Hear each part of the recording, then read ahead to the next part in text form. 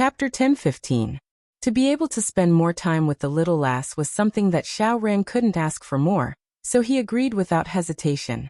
Chu Qingyan thought that this brat was probably thinking about Huang Yi's cooking skills. She remembered that very early on, he would come to the Fu every 2 to 3 days under the pretext of coming to see them, but in reality, he was here to freeload. When the two of them sat down at the dining table, Xiao Su had already dressed and appeared. When he saw Xiao Ran, Xiao Su raised his eyebrows, but in the end, he didn't say anything and just sat down.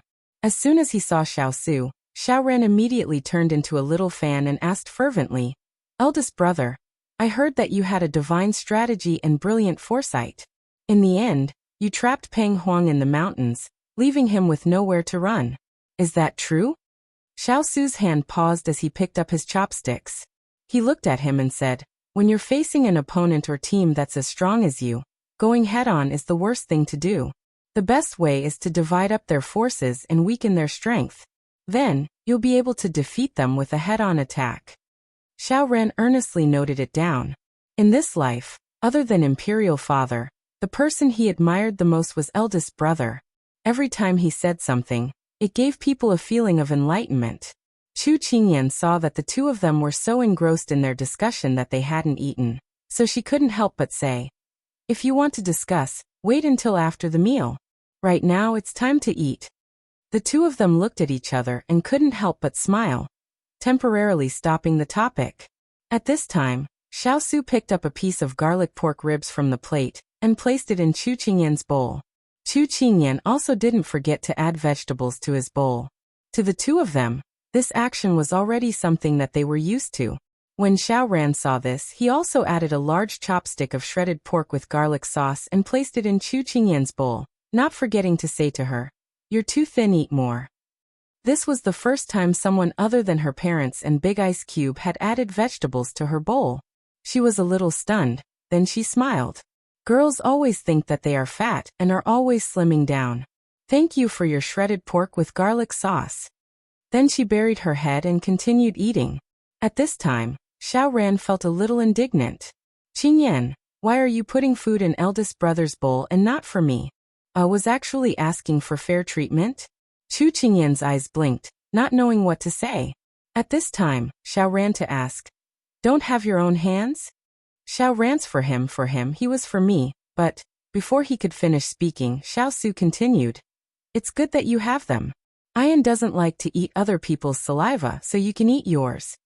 Xiao Ran was stunned when he heard this. "But didn't the little lass also eat the food that you put in her bowl earlier? Why are only the officials allowed to set fires, but not the common people?" But since his eldest brother had already said it, he couldn't say anything else and could only eat in silence. Just at this time, Hualing came in and walked to Xiao Su's side to report, "Master, a eunuch came from the palace. He said that Her Highness Consort you sent him to find His Highness the Fourth Prince." When he finished speaking, Xiao Ran's chopsticks paused and an impatient expression appeared on his face. "Can't you let me eat properly?" He had already given instructions in the palace, so why did his mother still send someone to find him? He wasn't a 3-year-old child anymore. He had finally met Qingyan, and he hadn't spent enough time with her yet. Moreover, like this, he wouldn't be able to leave a good impression on her. Qing must still think that he hadn't grown up and needed someone to take care of him at any time. Xiao Su looked at Xiao Ran and said to Hualing, "Have the eunuch wait for a bit. Tell him that His Highness the Fourth Prince will return after eating." After Hualing agreed, he quickly left. Xiao Ran ate the rice in his bowl, and his mood to eat was ruined. He casually ate a few mouthfuls and said that he was full. "Eldest brother, Qingyan, I'm going back to the palace first. I'll come find you next time. Be careful on the road." Chu Qingyan gave him a sympathetic look. Xiao Ran wasn't in the mood, so he just nodded and stood up to leave. After Xiao Ran's figure disappeared into the night, Chu Qingyan leaned over to the person beside her. "Big Ice Cube, you seem to be competing with Xiao Ran just now." She dragged out the last syllable, and her tone was quite mischievous. Xiao Su's brows twitched. "Don't let your imagination run wild." "All right, I'm letting my imagination run wild." She shrugged, but her tone wasn't like this. This Big Ice Cube, he really wanted to save face. When Xiao Ran was picking up food for her, his eyes seemed to be able to see through her. When Xiao Su heard this, black lines appeared on his forehead. Chu Qingyan didn't probe any further. She knew that she had to give a man face. Sometimes it was better to see through it than to say it. I feel that Xiao Ran is a bit pitiful. Does his consort mother have a son complex? Otherwise, why would she always protect him so tightly? Normally speaking, raising a son from a poor family and raising a daughter from a rich family, shouldn't a boy be allowed to grow and train by himself? Why is this consort you not allowing this and that? It's so strange. Towards this matter, Chu Qingyan found it a little hard to understand. At this moment, Xiao Su thoughtfully repeated her words. Raising a son from a poor family and raising a daughter from a rich family. I'll remember this sentence. When Chu Qingyan heard his words that didn't make sense, she was completely confused. Why are you remembering this? How to raise a child? Xiao Su threw this sentence at her lightly. After saying that, she instantly understood, and the heat on her face immediately rose. She averted her gaze, not daring to look at him. I'm talking about serious matters with you. Why are you so indecent? Xiao Su's lips curved slightly. Don't tell me this matter isn't serious? Chu Qingyan's face became even hotter. Who wants to give birth to your child? You can give birth yourself. Xiao Su chuckled. Chu Qingyan turned her head and glared fiercely at him. What are you laughing at? Xiao Su, on the other hand, laughed even more heartily. It turned out that teasing his little meow was so fun. Chu Qingyan ignored him and buried her head in her food. However, as she ate, the corners of her mouth couldn't help but curl up. Children? Giving birth to a child of her and Big Ice Cube, just thinking about it warmed her heart. After the soup and rice, Chu Qingyan rubbed her belly without caring about her image. Huang Yi's cooking is still the best. I've unknowingly eaten 2 bowls of rice. If you like, you can bring her along when you leave in the future, Xiao Su suggested. Chu Qingyan nodded without thinking. That's a good idea. Xiao Su smiled. At this moment, Turin came in and walked to his side. He lowered his head and said a few words to him before leaving. She blinked. What did Turin whisper to you just now? Xiao Su looked up. I'm bringing you to meet someone. Who? Her interest was piqued. Xiao Su didn't play riddles with her. The person you've been thinking about, water spirit. Chu Qingyan's eyes lit up. She had only heard of Shui Ling's name, but had never seen her before. She had been itching to meet this beauty for a while now. Without any explanation, she stood up and said, All right. Let's go. As she spoke, she took his hand. Xiao Su found it funny. Since when was his subordinate more popular than him? I've just eaten, walk slowly. I know, Big Ice Cube, you're getting more and more naggy. Chapter 10:16. When the two arrived at the study, there was already someone inside. Just as they stepped through the doorway, Turin saw the two and lowered his eyes. Master, little Princess Fei, water spirit is here. When he finished, Chu Qingyan looked over. A woman in a pine green dress standing under the light gracefully turned around upon hearing the sound. Powder melted, fragrant snow penetrated through the light muslin, and the makeup on her face was as beautiful as a lotus flower. Chu Qingyan was dazed by the woman's bright and moving smile in front of her. Water Spirit put her hands on her waist and bowed to the two masters. Master, little Princess Fei, Water Spirit greets you. Her voice was sweet and moving like the tinkling of jewels, pleasant to the ear, low and gentle. Chu Qingyan had seen many beauties, like the grand and bright Yan Luo, like the beautiful and delicate Xiao Li, or like the elegant and refined Sima, but she had never seen a woman who could combine purity and charm so naturally. When she saw Water Spirit, she knew what it meant to have a beautiful person, as beautiful as Qin Yang. Beautiful appearance, sweet smile, and charming heart. Xiao Su knew his little meow's nature. When she saw a beautiful woman, her eyes would stare straight. He shook his head and let Water Spirit stand up first. If he wanted the little fellow to speak, he had to wait for her to regain her senses. Water Spirit stood up and felt the little Princess Fei's unblinking gaze. She gave a gentle smile, and took out a wooden box from her sleeve. She came forward and presented it to the little Princess Fei, smiling respectfully. Little Princess Fei, This is a gift from Water Spirit on behalf of the Xiao cavalry. Water Spirit knows that with those rough men's hearts, they would not think of such things, so this gift was sent late. Please do not take offense. She did not expect to receive a gift from a beauty. Chu Qingyan was elated. She took the box and said embarrassedly, "You see, I did not prepare a gift. It's too rude." Water Spirit smiled sweetly when she heard this. She turned to say to her mistress, "Little Princess Consort is really too cute. You've picked up a treasure for us." "Come to think of it, it's not your treasure." Xiao Su sat down behind the desk and glanced at her. Water Spirit covered her mouth and smiled. She said to Chu Qingyan, "You see, ever since my master met you, she has changed completely. She even has such a strong possessiveness.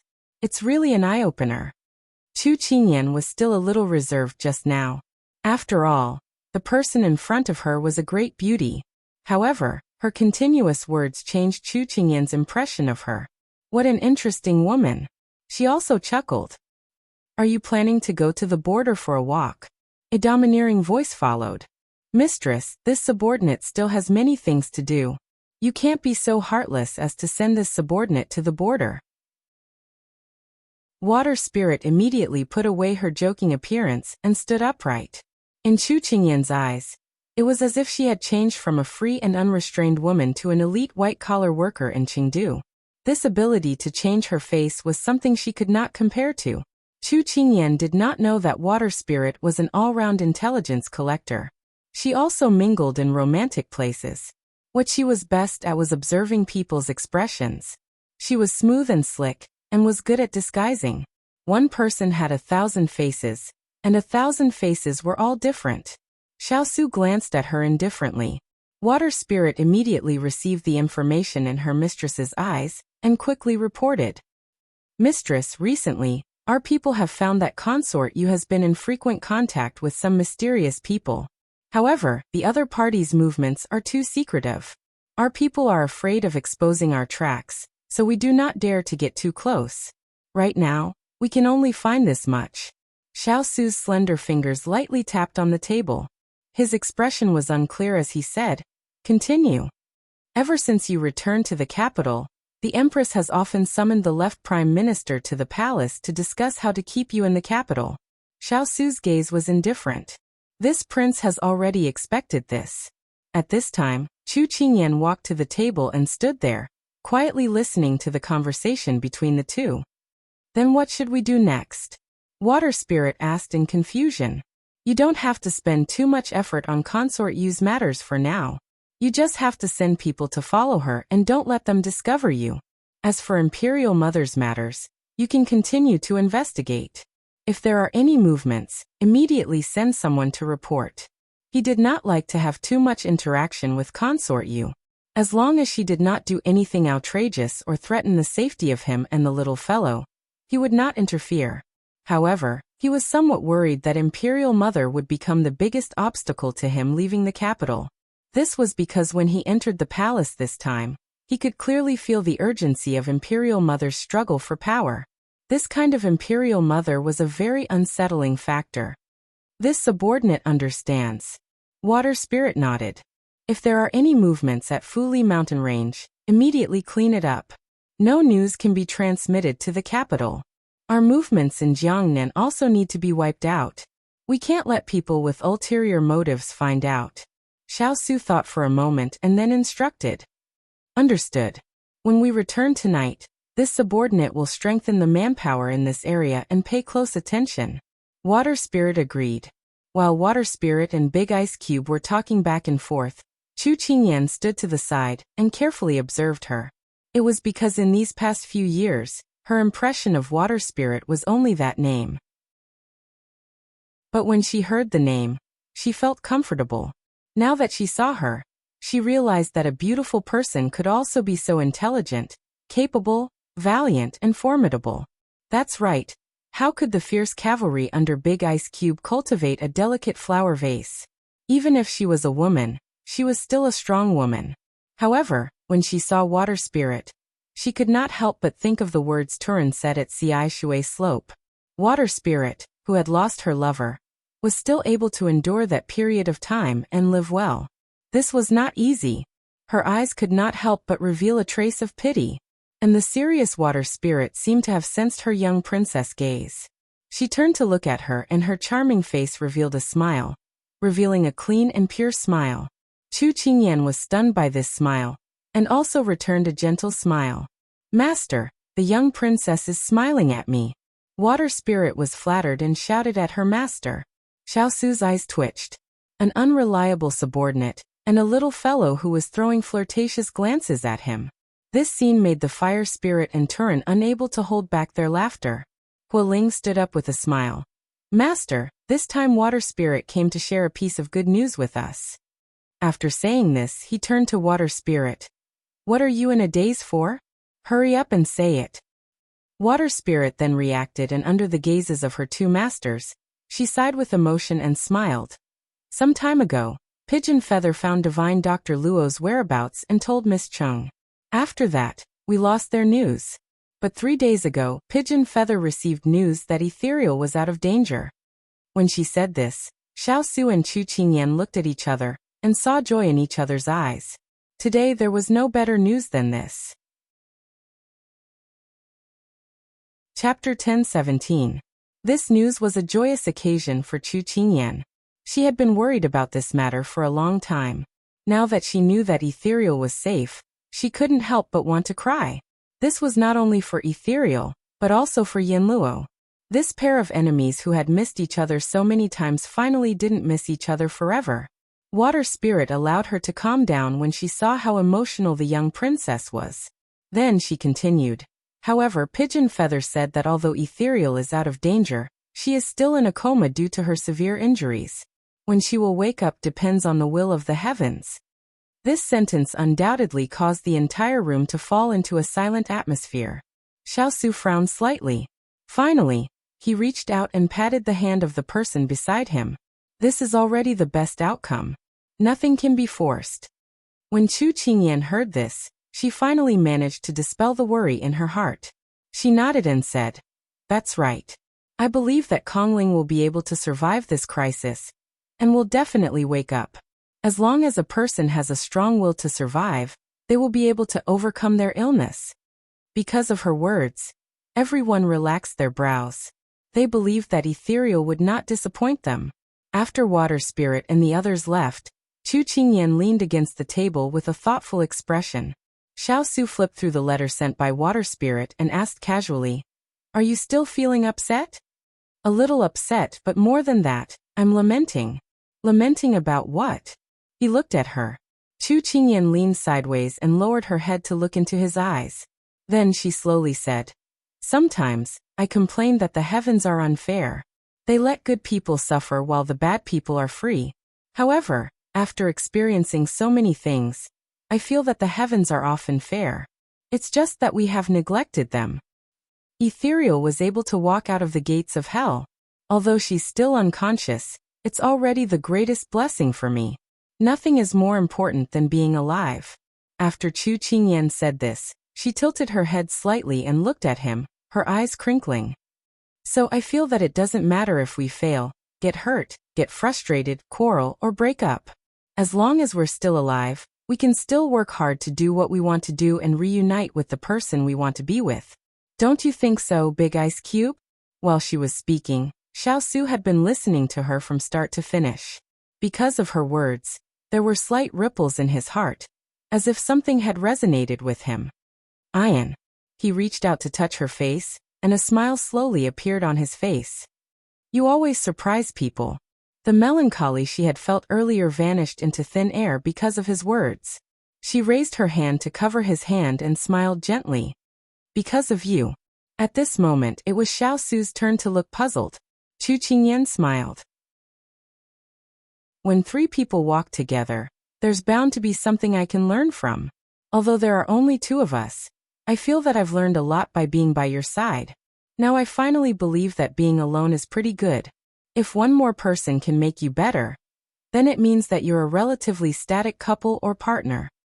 Why do you say that? Because you've made me better. We support each other and improve together. This way, we won't be separated because the other party can't catch up or walk too fast. You have something that I don't have. When I get close to you, it means that I'm constantly growing and improving. It's you who open my eyes to many things in this world. So, my change is because of you. Before I met you, I wasn't this strong. I was also a little girl who was afraid of trouble. But when the heavens arranged for a strong and patient person who looks strong on the outside, but is lonely on the inside for you, you can only become outstanding and strong to have the ability to walk in front of him. Xiao Su watched her speak with assurance. When she spoke about the emotional parts, her eyes sparkled. It was like 5 years ago, when a shining star appeared in his gloomy life. Then, it shone on him and accompanied him through the most difficult times of the past few years. Me too. Because of you, I learned to slow down my pace and appreciate the beautiful scenery around me.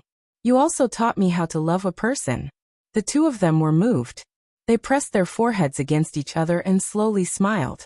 It was fine to live alone. If it was better to have one more person, then they should be together. If 1 + 1 was greater than 2, then that was happiness. The curtain of night covered the sky. Inside the palace, it was cold and silent. Xiao Ran had just returned to the palace when his lady mother's people arrived and told him to immediately go to the Moon Palace. Xiao Ran's face darkened slightly. He then sent the people away. After sitting in the hall for a while, as if he had made a decision, he brought Song Yu to the Moon Palace. As soon as he entered the Moon Palace, he saw his lady mother sitting in the main seat with a gloomy expression. He pursed his lips and walked up to her to give a bow. Greetings to Lady Mother. Greetings? Ranner, do you still have this Lady Mother in your eyes? Consort Yu's cold and sarcastic words were thrown at him. Xiao Ran lowered his head even more. Lady Mother, I don't know why you say that. Are you still playing dumb with me? Imperial concubine Yu was so angry that her liver hurt. Tell me, today your imperial father sent you to greet the 3 armies. This is a good time to win over these generals, but you actually forgot all about the proper business, and only cared about your daydreams. Xiao Ran was silent. He really had done something wrong in this matter. Fine, let's not talk about this matter and talk about something else. You clearly know that the various factions in the court have been secretly competing with each other for a long time regarding the matter of the crown prince. Xiao Ran returned to the capital this time, so that the various factions could bide their time and observe His Majesty and Xiao Su's movements. But you actually ran to the King of England's residence and acted out a show of brotherly affection with Xiao Su. Do you know what your actions will make those officials who support you think? How can you live up to the path your lady mother painstakingly paved for you these past 10 years? When these words were said, Consort Yu felt even angrier. If it weren't for the palace maid beside her who promptly handed her tea, she was afraid that she would have choked on her words. Xiao Ran raised his head, his eyes full of disapproval. Lady Mother, although you've been talking about the matter of the crown prince for the past few years, I feels that this is Imperial Father's business. He can choose whoever he thinks is good. There's nothing wrong with that. It's not something we can control. What you? Consort Yu was so angry that she couldn't speak. Besides, I thinks that eldest brother is very capable. We brothers have deep affection for each other. This can't be changed. Xiao Ran said stubbornly. Consort Yu angrily shook her head. How can there be brotherly affection in the imperial family? Xiao Ran, are you trying to anger your lady mother to death? The two of them instantly fell silent. This was also the first time in many years that the two of them had argued with each other. Xiao Ran saw his lady mother's dark expression and was a bit afraid. But he felt that if there was a storm, then it should come more violently. In the end, he gritted his teeth and knelt in front of her. He raised his head and said resolutely, Lady Mother, I has a request. Speak. I want to marry Qingyan. Chapter 10:18. This news was like a clap of thunder that exploded beside Consort Yu's ears. What did you say? She looked at her son in disbelief. Xiao Ran was originally a bit apprehensive, but after he spoke he let go. He held his head high and puffed out his chest as he said to his lady mother. Lady Mother, I really like Qingyan. In the past, you thought that I was a child, but now that she has returned to the capital and is standing in front of me, I can be more certain of my feelings. Thus, Lady Mother, please grant my wish." As soon as Xiao Ran said this, Jade Rabbit, who was a senior in the palace, immediately dismissed the palace servants and ordered people to guard the door and not let anyone in. She looked as if she was facing a great enemy. "Xiao Ran, have you eaten a bear's heart and leopard's guts? Or have you been blinded by a fox's charm? She is your eldest brother's fiancée. The Emperor Emeritus has personally decreed this marriage, and your imperial father has personally written the decree. How can you say such disgraceful words? What do you think of your imperial father? What do you think of imperial grandfather? What do you think of Lady Mother?" Consort, you thought that he would forget the words she used to fool him back then as time passed, but she didn't expect him to remember them until now. Suddenly, she felt that the seeds she planted back then were now bearing fruit. However, Xiao Ran said disapprovingly, "Lady Mother, don't be agitated. I can see that Qingyan and eldest brother are bound together by this marriage contract. Otherwise, based on their age difference, the two of them would have no feelings for each other. Moreover, Imperial Father loves I so much. As long as I makes it clear to Imperial Father that this will not only save Qingyan and eldest brother, but also fulfill I's wish. Wouldn't this be the best of both worlds?" Slap. "You still don't understand and still want to find your Imperial Father?" Consort Yu's slap landed on his face. His face was burning with pain. Xiao Ran looked at her in disbelief. "Mufei, you hit me? You actually hit me? You've never hit me since I was young?" Consort Yu's heart clenched in pain at her son's words and his flushed face. Her son was the one who was hurting. However, this was not the time to be soft-hearted. She kept a straight face and looked coldly at the young man in front of her. Although he was not yet 20 years old, he was no longer immature and could take responsibility for his own life and future. She said earnestly, "Ranner, perhaps you feel that Imperial Mother doesn't understand you and is hindering you from liking girls. However, Imperial Mother cannot stop you because you are pushing yourself onto the path of death." His mother's words successfully reduced half of his anger and grievance. He stared blankly at her. Consort, you didn't look at him. She crossed her hands on her knees and looked into the distance. "Although your Imperial Father dotes on you the most among all the princes, no matter how much he dotes on a child, he can't disregard social norms and steal his older brother's wife for you. Our Sichuan values filial piety and etiquette. If you act like this, how can you live up to your Imperial Father's years of nurturing you? Where did all your studies go?" "But, Imperial Mother, Qingyan won't be happy with eldest brother. I really like her, so why can't you let us be together?" Xiao Ran couldn't listen to a single word right now. From his point of view, his mother was trying to stop him. What's so good about that girl? She has no family background, and no wealth. What do you think she can bring you? Wait until you're old and your love wanes. Then you'll realize that it wasn't worth it for you to give up everything for her. Consort Yu shook her head. She felt that her son was too inexperienced. Hearing his Imperial Mother talk about the little girl like this, Xiao Ran couldn't accept it. Although Qingyan doesn't have what Imperial Mother says, those are just worldly possessions. I can give them to her. She's kind, brave, smart, and cute. Any one of these can be a reason why I like her. Everything Imperial Mother does is for your own good. I hope you can go back and think about it. Don't do anything that will harm your own interests." Consort Yu felt that she couldn't persuade her son in a short period of time. She might even get sick from anger. She might as well send him away so he wouldn't stab her in the heart. Xiao Ran still wanted to say something, but seeing his Imperial Mother's displeased expression, he closed his mouth. He covered his face as he walked out of the Moon Palace. When he stopped and looked back, his face was filled with determination. He wouldn't give up on Qingyan. After Xiao Ran left, Consort Yu supported her forehead with her hand.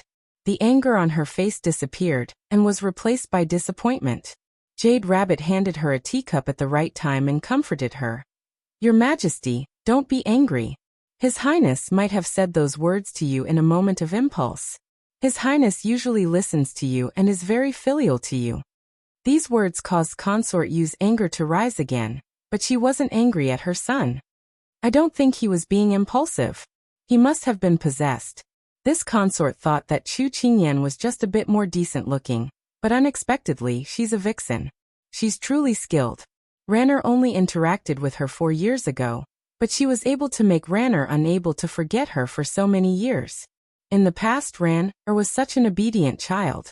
Now that she's only returned to the capital for a day, Ranner is already openly going against this consort. If this goes on for too long, what will happen? The more Consort you thought about it, the angrier she became. She was so angry that her teeth itched. In the past she didn't think much of Chu Qingyan, but now, she hated her so much that her teeth itched. It seemed that this person couldn't be left alive. She had to find an opportunity to get rid of her. "Then Your Highness, what should we do?" asked Jade Rabbit worriedly. When Consort Yu heard this, she suddenly chuckled. Her eyes sparkled as she revealed a smug look of understanding. Ranner is just young and impetuous. He doesn't have much experience in the world, and only has eyes for Chu Qingyan. If we arrange for a few beautiful girls to be in front of him right now, he'll forget who Chu Qingyan is. In the end, men are fickle in love and hard to be faithful. "So Your Highness's meaning is?" Consort Yu smoothed her hair as she said unhurriedly, "The Minister of Rites has an only daughter. She's both pretty and talented. Also, her family background is just enough to match Xiao Ran. I heard from this consort's sister-in-law that the Minister of Rites' wife intends to have his daughter marry Ranner, and is currently trying to make arrangements. Isn't this perfect?" Jade Rabbit understood. "So Your Highness wants His Highness to marry that young miss? Let's play matchmaker first. However, if she wants to be Ranner's official consort, she doesn't have the qualifications. At most, she'll be a side consort. It won't be hard on her." Consort Yu chuckled nonchalantly. This was a world where the strong preyed on the weak. A casual word from someone in a position of power could decide a girl's life. "Your Highness is right," said Jade Rabbit respectfully. "Have this consort's sister-in-law come into the palace right now. This consort has something to tell her." "Yes. Also, have someone send some ice cubes to Ranner. Have him apply it on his face to reduce the swelling." In the end he was still her son. Although she could bear to do it, her heart still ached. "Yes." Chapter 10:19. The celebration banquet was held in the evening, but in the afternoon, the inner courtyard of the King of England's residence was already in a mess. There was no other reason. Because the two masters had not returned for many years, the clothes in the residence were all outdated. The celebration banquet that the two masters were going to attend was very grand, and the time was especially tight, so they could only send people out to the shops to buy. Chu Qingyan sat in the room, her fingers tapping on the table as she pondered. "Master, will the clothes bought in such a hurry be all right?" Xiao she stood at the side, slightly puzzled. Jasper also looked at her master, waiting for her answer. Chu Qingyan's brows slightly furrowed. The clothes that were prepared in a hurry were of course not as good as the meticulously prepared clothes of others. It was a pity that when she went out this time, she mostly wore men's clothes, so she neglected the need for women's clothes when entering the capital. She had not been in the residence for many years and had grown a lot taller, so she could not wear the clothes she used to wear. It was really troublesome. In fact, she was not a person who cared about clothes, but this palace banquet was her first appearance in the capital. It was also the first time that she and the Big Ice Cube had attended a large-scale event together. She could not stand out, but she could not lose the Big Ice Cube's face. However, this matter could not be rushed. "Shall she go down and take a look? Have the people who went out come back?" Chu Qingyan asked Xiaoxi to go and find out. After Xiaoxi left, Baiyu spoke up. "Mistress, no matter what you wear, you'll be able to outshine those young ladies from official families. There's no need to rush. At most, we'll just wear something casually and we'll be able to outshine the crowd." Jasper's thoughts were sometimes very simple, just like the sword in her hand, fast, accurate, and ruthless, without any fanciness. Chu Qingyan shook her head and explained with a chuckle. "Jasper, have you heard of this saying? Where there are people, there are jianghu. Jianghu has its own rules. If we step into this jianghu, we have to abide by the rules of jianghu." She gazed at Jasper with a smile and continued. The capital is like a very complicated jianghu. The way the women dress and the way the men play here all have their own fashion. We can be different from them, but we can't be too unique and eye-catching if we want to keep a low profile and not attract attention. She didn't mind being unique, but she didn't want to cause trouble. The more dazzling, the more extraordinary a person was, the easier it was to attract people's attention. What she needed to do now was to wander around in front of people, and then silently hide in the dark. She didn't have the intention to compete for beauty, nor did she have the ambition to fight for power and profit. Therefore, the only thing she could do was to treat herself as an inconspicuous but important concubine of the King of England. Jasper didn't quite understand her words, but Chu Qingyan didn't expect her to understand thoroughly. Some things had to be experienced by Jasper herself, so that she could deeply understand the meaning of her words. Instead of a little joy, what came was a big ice block that was walking gracefully. "Why are you here?" Chu Qingyan stood up in surprise. It was almost time to enter the palace, so Big Ice Block should have many things to do. Xiao Su did not immediately answer her, and waved his hand behind him. Hualing, who was following behind him, walked in front of her with a long black sandalwood box. "This is..." Chu Qingyan looked at the box in confusion. "Little Princess Fei, won't you know when you open it?" Hualing said with a smile. She turned to look at Big Ice Block and saw a faint smile of encouragement in his eyes. She nodded and then reached out to open the box. The first thing that entered her eyes was peach blossoms, and then there were gold and silver butterflies on top. They were very lifelike, like butterflies falling from peach blossoms. Chu Qingyan's eyes were instantly attracted by the things in the box. She was pleasantly surprised. "This is for me?" Seeing the joy in her eyes, such a simple joy, Xiao Su couldn't help curling his lips. He walked in front of her and revealed a gentle smile. "This was sent by Water Spirit. She knew that you would be attending the palace banquet tonight, so she specially prepared it. Go and try it first to see if it fits. She's in the study. If it doesn't fit, you can give it to her to change later." Water Spirit really is a savior. I'm assured with her eyes, but I never thought that she would know how to change clothes. She really is multi-talented. Chu Qingyan took the box and handed it to Jasper as she said in a shocked voice. "Although Water Spirit is the only female among us 7 spirits, she is not any weaker than us men. Whether it is martial arts, zither, chess, poetry, calligraphy, or painting, she is proficient in them all. This little bit of mending clothes is nothing difficult for her." Hualing praised with a smile. Chu Qingyan couldn't help admiring Water Spirit. She really was a strange woman. However, her mood suddenly became a bit sad. If Fengling was still alive, how good would that be? Her sad mood was quickly suppressed. Then, under the direction of Big Ice Block, she took the clothes into the room to change. Xiao Su found a place to sit down in the room. After returning to the capital for 2 days, he had to take care of all the large and small matters in the army. There were also all kinds of matters in Lian City, so he didn't have much time to rest. Now that he came to this room filled with the little fellow's scent, he instantly relaxed. His body felt comfortable, and he couldn't help closing his eyes to rest. After half a cup of tea's worth of time, he heard footsteps on the ground and slowly opened his eyes. On the ground, there was a pair of white shoes with red and purple flowers embroidered on it. When she stood there, the layers of skirt covering a large part of it, only revealing the shoes. The light muslin skirt was decorated with peach branches, green leaves, and pink flowers. They were not scattered but rather large clusters with butterflies flying around, making it look very pleasing to the eye. Going up, it was her slender waist that revealed her exquisite curves. On the right side of her chest was a large peach blossom.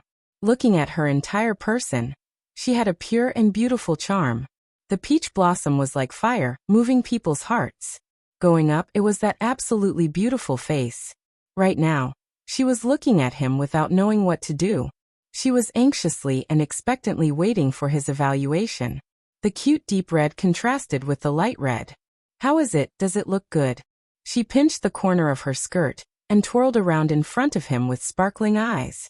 Xiao Su stared blankly. Hearing her words, he regained his senses and suddenly felt a headache. "I don't really want you to wear this to the palace banquet." Although she didn't hear his direct evaluation, Chu Qingyan could see the amazement and admiration in his absent-minded eyes. Her heart was already as sweet as a honey pot that had been knocked over. However, this dress really suited her. When she looked in the mirror earlier, she felt that Water Spirit's eyesight was very good. Water Spirit was able to see all the good points on her body in an instant. Every part of her body was vividly reflected. Only, how about I change out of it? She didn't want to be too eye-catching. At this moment, a pair of hands pressed down on her shoulders. The words carried an unquestionable tone. Wear it, why aren't you wearing it? You're my Xiaosu's woman. What's there to be ashamed of? Chapter 10:20. Xiaosu's domineering words that could not be questioned made Chu Qingyan deeply moved. Big ice cube, she called out in a low voice. I am in the capital, you don't need to deliberately hide yourself. I, Xiaosu, am not someone who can't protect my own woman. If someone looks down on you or disrespects you, you don't need to do anything. Remember, if anyone bullies you, come back and tell me. I will help you vent your anger. Xiaosu looked at her. She could feel that he was serious. But Big Ice Cube, if those people are all women, will you help me? Didn't you say that you never make a move against women? Xiaosu gave a low laugh. His voice was low and charming. Chu Qingyan almost lost herself in this low voice. I disdain to make a move against women, but how can I just watch you be bullied? Don't worry, I won't make a move against women, but they still have fathers and brothers. Who said that you have to beat people to vent your anger? The real way to seek justice is to rely on this. He raised his hand and pointed at his finger. In the circle of officials or nobles, it's very easy to make someone fall. I disdained to do this before, but that doesn't mean I don't know how to do it. Do what you want to do and leave the rear to me to protect you. Her bright eyes instantly turned into stars. Her heart was filled with excitement and moved. She reached out to hug him as her eyes turned red. Big Ice Cube, you're the best. When Chu Qingyan came out after changing her clothes, the people around her had already left the room. Right now there was only the two of them left, so she was not afraid of being seen by others. Xiaosu hugged her back and gave a gentle smile. Silly girl, you deserve better. She couldn't help but smile at the way he treated her as if she was a treasure. Big Ice Cube, you too. You deserve to be treasured by others. Xiaosu smiled. We'll be leaving for the palace in 2 hours, so you should quickly go and prepare. He patted her head and said in a pampering voice, I don't want to do my own hair, help me do it. Her voice was filled with a strong coquettish tone. Xiaosu couldn't do anything about it, and could only follow her wishes. When she sat down, he ran his fingers through her black hair and skillfully helped her divide the strands. In the past few years he had been by her side. He would ask about everything from food and clothing to housing and transportation, which led to her sticking to him. She even handed over the matter of tying up her hair to him. Because of this, he evolved from a cold lord who only knew how to hold a sword and a pen to a qualified boyfriend, who could even hold a comb and hairpin firmly. Chu Qingyan looked at the serious and meticulous person in the mirror, and the corners of her lips curled up in happiness. She allowed him to help her tie her hair into a bun, leaving 2 strands of hair on both sides of her cheeks. She looked dignified and charming. She gave him a thumbs up in satisfaction. Big Ice Cube, you're a fast learner. I've only taught you this hairstyle once. Xiaosu inserted a gilded hairpin into both sides of her hair bun. He didn't bother to decorate the rest of her hair. He took a step back and examined her hair for a while. Then he said that he was done. Chu Qingyan stood up and reached out to touch her head. Then she gave him a sweet smile and said, How is it? Not bad. Just this evaluation? But Chu Qingyan thought about it. It was already not easy to hear these 2 words from the Big Ice Cube's mouth, so she should be satisfied. In this era, men did not go into the kitchen and would not dress women. If it was known that the Big Ice Cube was willing to do this for her, it would make people jealous to death. At this time, Hualing knocked on the door and came in to report to Xiaosu that a soldier had come to visit. Xiaosu patted her head and then left to deal with the matter. Seeing that Hualing was about to leave, Chu Qingyan called out to him. Little Princess Consort, do you need something? Is Water Spirit still in the study? I want to personally thank her. Chu Qingyan lifted her skirt and wanted to follow him out. Hualing said with a smile when he heard this. Little Princess Consort, water spirit left after learning that your clothes fit. Her identity is a bit special and she cannot appear in public. I ask for your forgiveness. So it's like this. Alright, then help me pass on a message when you see her next time. Chu Qingyan felt a bit regretful. She wanted to use this chance to talk more with this delicate girl. Don't worry, this subordinate will help you pass on the message. But you'll be in the capital for a long time, so you'll be able to see her often. Hualing finished speaking and bowed to leave. When the room returned to silence, Chu Qingyan walked back to the dressing table. Picking up a comb, she combed the hair on her chest bit by bit. Her eyes fell onto the mirror, and when she saw her reflection, she was a bit lost in thought. She didn't know what would happen at the palace banquet tonight. Time passed bit by bit, and it was soon time to go into the palace. Chu Qingyan followed Xiao Su's hand and got into the carriage. After sitting down, her sharp eyes saw several plates of pastries on the small tea table in the carriage. They were all her favorites. You had someone prepare this? She raised her head to look at the person that came in. Xiao Su looked over the table and then nodded. Palace banquets usually don't have many bites, so you should fill your stomach first. She nodded and took a bite of a green bean cake. When the tip of her tongue touched the taste, she couldn't help exclaiming. As expected, Huang Yi's cooking is good. I haven't eaten such delicious pastries in many years. Big Ice Cube, have a bite too. She did not avoid it and handed the pastry in her hand to him. Xiao Su did not touch sweets before meeting her, but after being fed by her, he would occasionally eat a few pieces. He did not refuse at this time, and took a bite from her hand. Then he expressed his approval of her words. Chu Qingyan saw that he stopped eating after taking a bite, so she shrugged and started nibbling on her own. Big Ice Cube, I haven't seen your imperial father and imperial mother for a long time. Will they reject me? Those few assassinations to her were simply shocking. Now that she had not walked out of the shadow, just thinking about it made her feel scared. Even if they reject you, it doesn't mean that they will like me. So we are about the same, about the same. You don't have to care too much. Xiao Su casually replied. Chu Qingyan deeply agreed. Alright, then for tonight's palace banquet, I will be by your side and will not cause you any trouble. Xiao Su habitually wanted to rub her head, but when he saw her makeup and hairstyle, he finally changed the direction of his hand and gently pinched her cheek. Don't worry, I'm here. She felt that these words were sweeter than the lotus seed cake she ate. But sometimes some trouble, even if you don't look for it, it will take the initiative to look for you. The street was bustling with activity, and the clamor of hawking slowly faded away. When the road became quieter, it meant that they were getting closer to the palace gates. That was the most dignified and mysterious place in the entire Sichuan, and also the place where it was estimated to be the most dark. When the carriage arrived in front of the palace gates, the two of them were about to alight when a voice suddenly sounded. Is the person sitting inside the carriage the general who pacifies the south who made great contributions to the Sichuan this time? Chapter 1021. This voice was as carefree as the wind, as indifferent as the clouds, and as silent as the rain. Chu Qingyan faintly felt that she had heard this name somewhere before. When she looked up at the big ice cube, she saw a smile flash through his eyes. She was suddenly curious. Who was this person outside that could make the big ice cube reveal such a different expression from his usual indifference? The carriage curtain lifted and Xiao Su got off the carriage. He turned and reached out to help Chu Qingyan down. When she steadied herself, he turned towards the direction of the voice. Second brother, how have you been? Eldest brother, long time no see.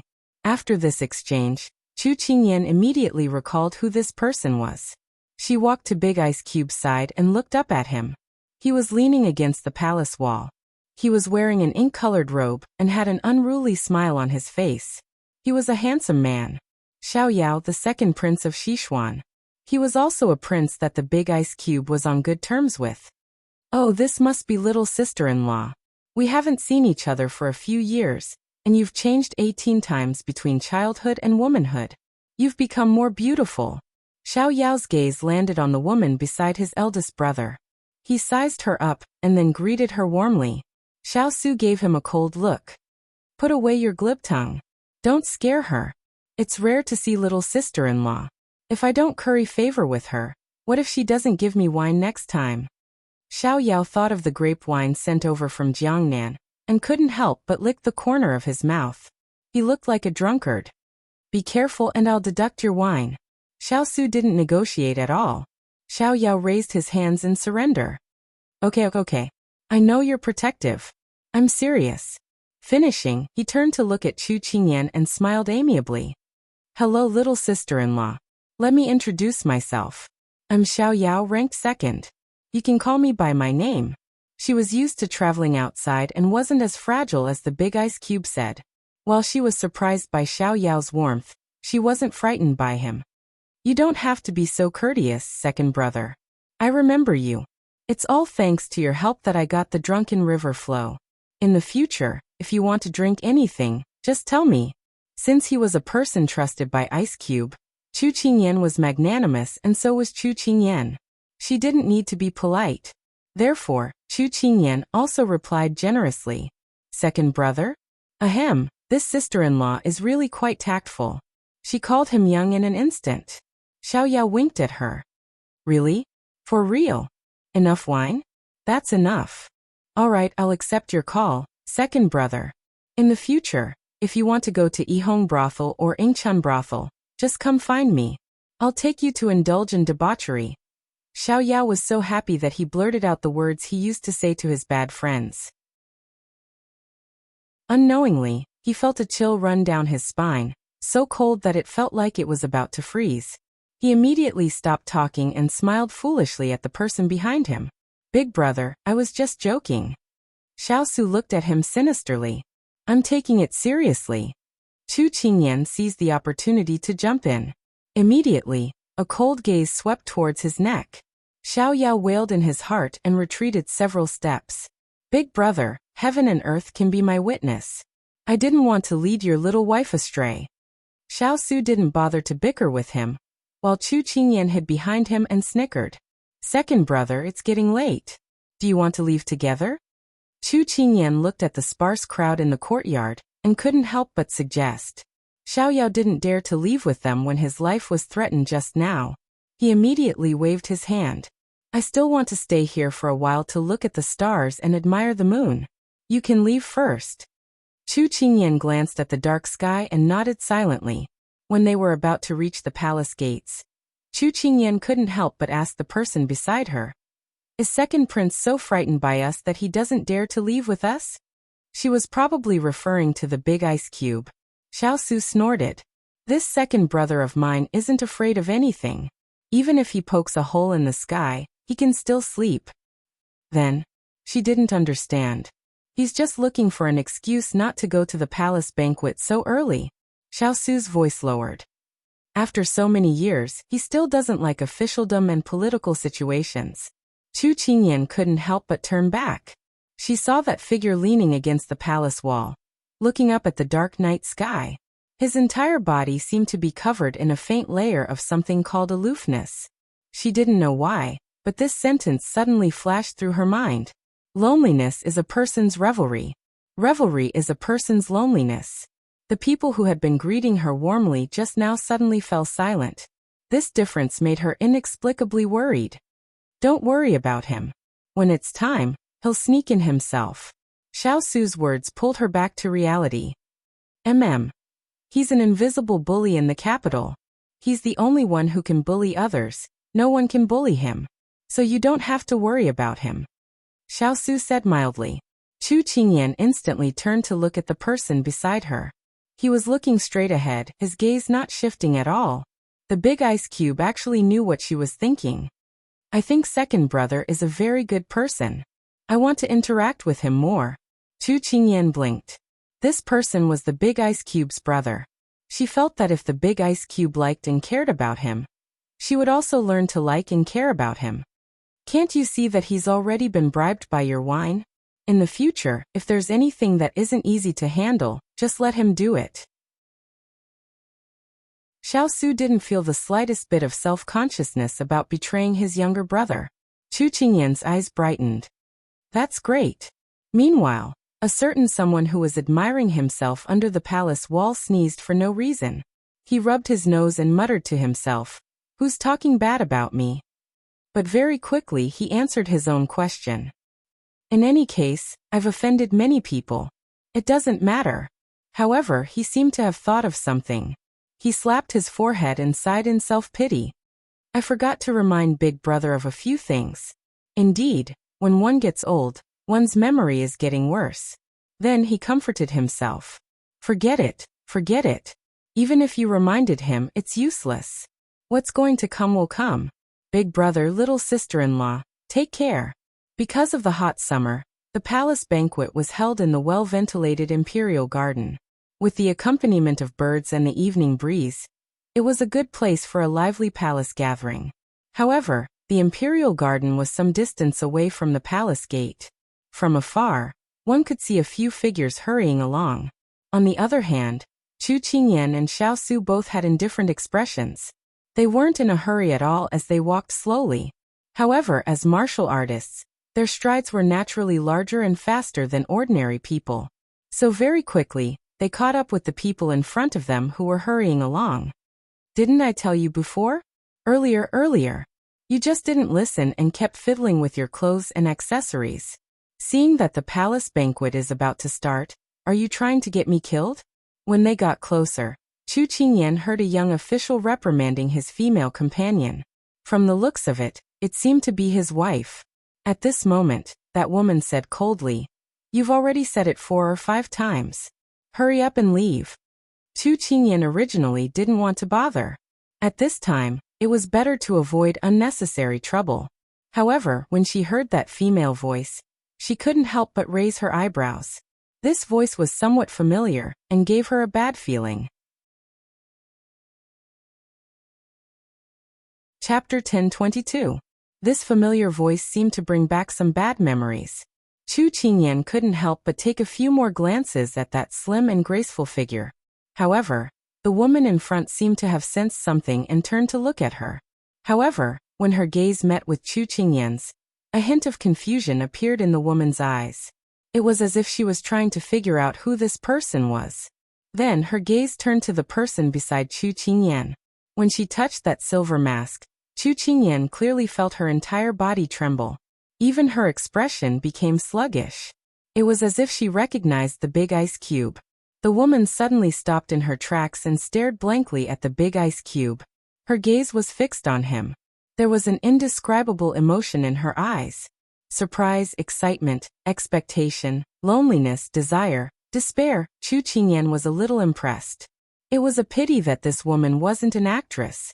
In just a short moment, she was able to read so many emotions from that pair of eyes.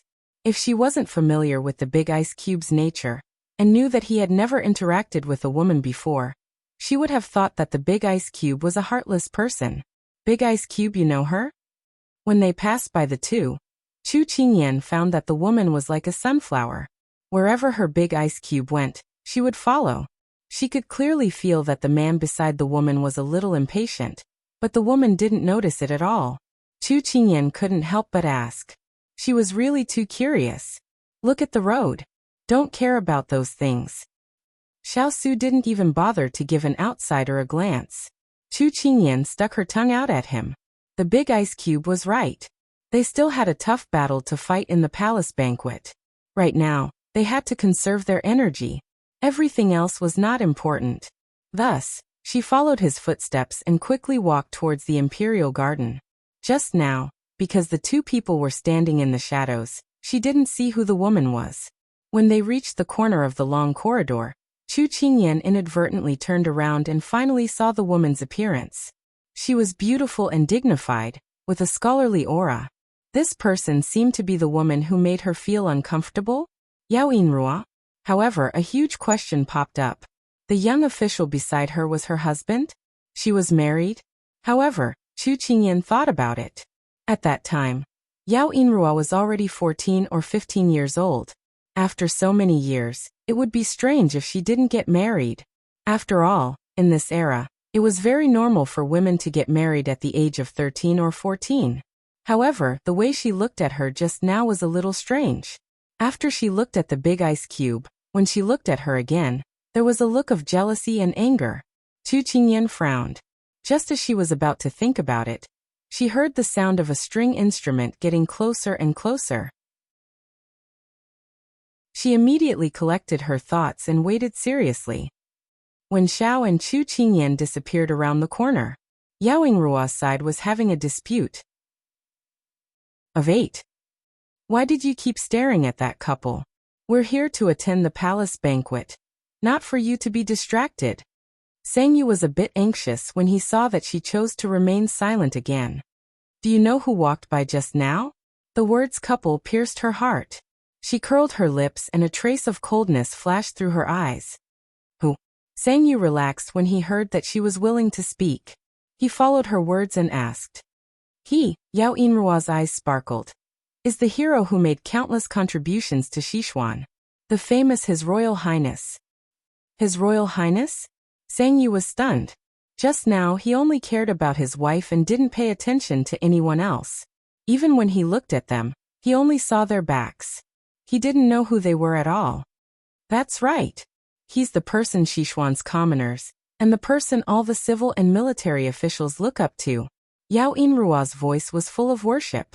However, Sang Yu was still in a daze and didn't notice that his wife's expression wasn't right. He suddenly grabbed her hand and reprimanded her. Why didn't you tell me just now to let me pay respects to His Highness? This is such a rare opportunity. These words made Yao Yingruo feel a bit of disgust, but she couldn't show it too obviously. She pushed his hand away and smoothed out the creases on her clothes. Then she recovered her calm tone and said, We should go. Otherwise, we'll be late for the palace banquet. Her words made Sang Yu come to his senses, and he immediately urged her to leave. Yao Yingruo's lips curled mockingly. How could this person who was too ambitious and didn't have any real ability compare to His Royal Highness? How could she have married this kind of person? Chu Qingyan was no longer in her line of sight. A haze flashed through her eyes. How could this Chu Qingyan have the right to stand by His Highness' side? Her eyes were filled with hatred. The imperial garden was filled with the liveliness of victory. At this moment, a loud voice rang out. His Royal Highness Miss Chu has arrived. As soon as these words were spoken, the noisy garden gradually quieted down, because the main character had arrived. The god of war who had left for 4 years without any news. Then like a savior, he descended on the battlefield and slaughtered the enemy until they threw away their helmets and armor. He was about to return.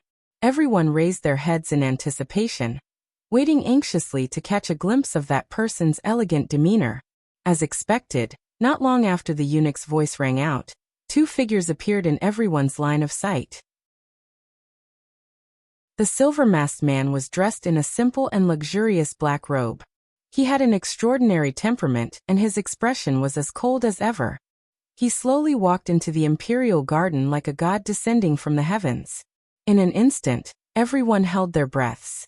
They didn't even dare to breathe loudly, as if they were afraid of blaspheming this noble god. Everyone probably had the same thought in their hearts. His Royal Highness was still as noble and cold as ever. However, just as they were about to withdraw their gazes, they suddenly noticed a young girl standing beside him. She was dressed in a pink brocade dress and was surrounded by flowers, but it didn't steal the girl's brilliance. Instead, it served as a foil to the girl's appearance, making her even more beautiful than flowers. Just one look was enough to make people fall head over heels for her. Her watery eyes were quick-witted and crafty, making people think of a lazy cat or a cunning fox. Her long black hair was tied up in a simple bun. Although there were only 2 gold hairpins in it, it had a fresh and refined appearance. However, her expression was natural and unrestrained. Her bearing was elegant and her temperament was outstanding. She had a dignity that noble ladies didn't have. Even princesses and concubines didn't have her aura. She was young, but she had a stunning appearance. Her bearing was calm and collected. Who was this person? Why hadn't they seen her in the capital? Wait. Everyone suddenly remembered the eunuch's words. Miss Chu. Wasn't she the unlucky girl from the Chu family who was betrothed to His Royal Highness by the retired emperor? The wind blew the fragrance of flowers. The phoenix's nirvana, came against the wind. Chapter 1023. So the person in front of them was Chu Qingyan? The young miss of the downtrodden Chu family that they looked down upon? Everyone subconsciously chose not to believe it. Humans are like this. When your expectations exceed your expectations, you will want to deceive yourself and others. Once these people are used to being high and mighty, they will reject reality. However, the person in front of them was right in front of them. Even if they wanted to deny it, it was impossible. Especially those unmarried women who had followed their families to the palace banquet. When their gazes landed on Chu Qingyan, they could not shift their gazes away. Envy, amazement, jealousy, hatred, all of these were present. Chu Qingyan had long been accustomed to such intense gazes. Otherwise, how could she lead troops into battle? These people were not even 1,000th of the enemy's forces. Under everyone's gazes, Xiao Su and Chu Qingyan walked towards their seats under the guidance of the eunuch, as if there was no one around them. On the short journey, the left minister's faction, the officials who wanted to curry favor with them, and the soldiers who had followed the army into the capital all politely greeted the two of them. Xiao Su only nodded slightly with a calm expression. Other than when he defeated the southern blue soldiers, his attitude had softened. The rest of the time, he had an unapproachable appearance. Chu Qingyan, on the other hand, maintained her standard smile. She had spent the past 2 days learning her etiquette, and no one would be able to find fault with her. At this time, Yao Yinruo and Sengyu had also arrived at the imperial garden. Yao Yinruo's gaze immediately locked onto the two figures. Her worshipful gaze moved away from Xiao Su and landed on Chu Qingyan. In an instant, it turned into jealousy and hatred. Why am I not the one who is standing next to him and enjoying everyone's love and respect? Yinruo, let's go sit down. Sengyu looked at his dazed wife with confusion and impatience. Yao Yinruo withdrew her expression and gracefully followed him to their seats. She no longer looked in the direction that everyone was looking at. At this time, she had to disguise herself and not let anyone discover her thoughts. At this time, a few tables were whispering to each other. This is His Royal Highness? He's so tall and mighty, but he's wearing a mask on his face, so we can't see anything. Yu Tianyue whispered to the person beside her in surprise. Because Yu Yezhou and the Grand Scribe Qi Tianyi were good friends, their tables were next to each other. Therefore Yu Tianyue and Qi Lingyi were sitting next to each other. At this time, Yu Tianyue's words did not attract Qi Lingyi's attention, because at this time, her eyes fell on a figure not far away. So he was the man she fell in love with at first sight. Sichuan's god of war, General Ping Nan, the King of England Xiao Su. Qi Lingyi's eyes sparkled, revealing a glow that was different from her usual scholarly appearance. It added some elegance to her appearance. At this time, Yu Tianyue realized that after talking for a long time, the person beside her did not respond. She could not help but turn to look at her. However, Yu Tianyue, who had always been careless, did not notice her abnormality. She thought that she usually liked silence and did not like such a crowded place, so she tugged at her. Sister Lingyi, why are you in a daze? Yu Tianyue asked in confusion. Qi Lingyi seemed to be frightened, and immediately looked away. Her expression flickered as she turned to the person beside her. Nothing, just a little stuffy. Yu Tianyue smiled and comforted her. Bear with it, you can go back later. Qi Lingyi responded absent-mindedly. Sister Lingyi, do you see the girl standing beside His Royal Highness? She's so beautiful. In the capital, I haven't seen a more spirited and beautiful girl than her. After hearing her words, Qi Lingyi noticed Chu Qingyan standing beside Xiao Su. Who is she? She frowned in confusion. After confirming that the person she saw at the tea house that day was Xiao Su, she was curious about everything about him, and could not wait to know everything. Yu Tianyue did not notice the difference in her tone, and continued to smile innocently. No wonder you don't know. You've been reading so much that you've almost become stupid. Why would you pay attention to the gossip around you? That person is His Highness King Ying's fiancée. 5 years ago, His Majesty personally bestowed the marriage upon her. This honor is something that very few people have had in recent years. He has a fiancée? This made Qi Lingyi's eyes widen instantly. As if the door to gossip had been opened, Yu Tianyue began to talk nonstop. I heard that there are many stories behind this bestowal of marriage. One of the more credible versions is that the King of England was young and promising. Her Majesty the Empress had arranged a marriage for him a long time ago. But for some reason, every woman who was engaged to the King of England would meet with an accident and die. As time passed and the number of occurrences increased, rumors began to circulate in the capital that His Royal Highness had jinxed his wife. How is that possible? He's the war god hero. How could he jinx his wife? Qi Lingyi was somewhat indignant. Qi Lingyi's reaction made Yu Tianyue jump in fright. Sister, what's wrong with you? Why are you so agitated? Yu Tianyue's words made Qi Lingyi immediately come to her senses. She stammered. No, I just feel that it's very immoral to say that about our war god hero. Yu Tianyue nodded and agreed. You're right. But I heard that at that time, no one in the entire capital dared to marry their daughter to the King of England. They were afraid that she would die before she could marry him. Then this Miss Chu is? Qi Lingyi's face was filled with curiosity. Here's the main point. Later, the retired emperor did a divination for the King of England. He seemed to have said that Miss Chu's life was tough or something. So His Majesty issued an imperial edict for the two of them to marry. But at that time, Miss Chu was only 10 years old. Now that 5 years have passed, she should be 15, about the same age as us. Yu Tianyue's words made Qi Lingyi's heart skip a beat. Her gaze turned to the girl and read not far away. She was 15 years old, the same age as her. And you know what? 4 years ago, she left the capital with the King of England. There's been no news of her for the past few years. But I feel that even with this imperial edict, His Royal Highness doesn't seem to like her that much. Yu Tianyue propped up her chin and said in all seriousness.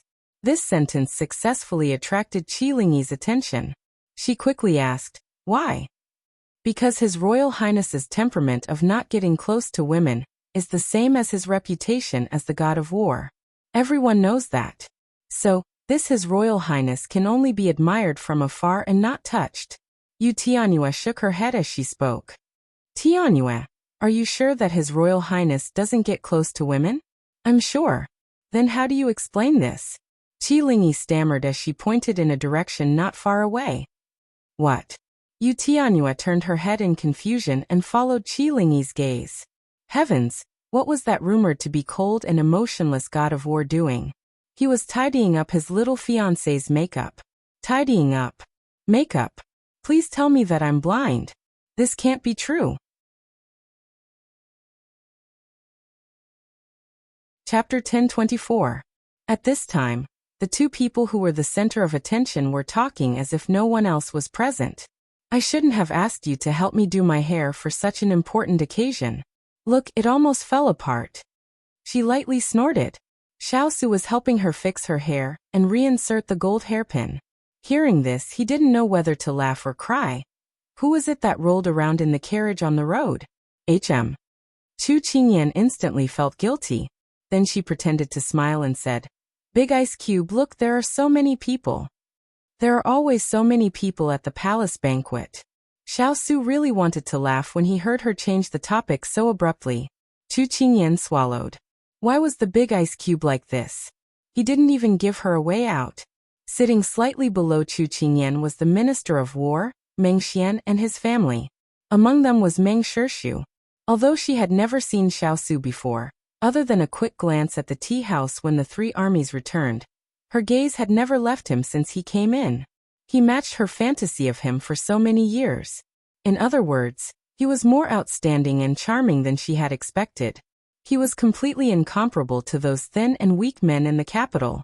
However, seeing him ignore everyone's gazes and intimately look at Chu Qingyan beside him, other than being shocked, she was also jealous. That Chu Qingyan, what right did she have to sit beside him? Just as she was feeling indignant, a sharp voice sounded. His Majesty has arrived. Her Majesty the Empress has arrived. And Consort you has arrived. Everyone stood up. When the three appeared, they all knelt on the ground. Greetings to His Majesty. Long live His Majesty. Greetings to Her Majesty the Empress. Long live Her Majesty. Congratulatory voices sounded one after another. The West Xian Emperor was dressed in bright yellow and was incomparably dignified. He stood to the left and right of Empress Liang and Imperial Concubine Moon. Then he lifted his robes and sat on the main seat. Empress Liang and Imperial Concubine Moon followed him to sit on either side. Sichuan Emperor swept his gaze across the crowd before raising his hand. My beloved subjects, please rise and sit. Tonight's banquet is mainly to celebrate the victory of the three armies. There's no need to stand on ceremony. Thank you, Your Majesty.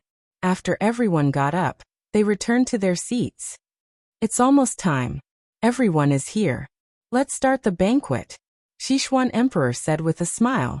As soon as the order was given, the palace servants who had been prepared long ago came up with dishes and delicacies.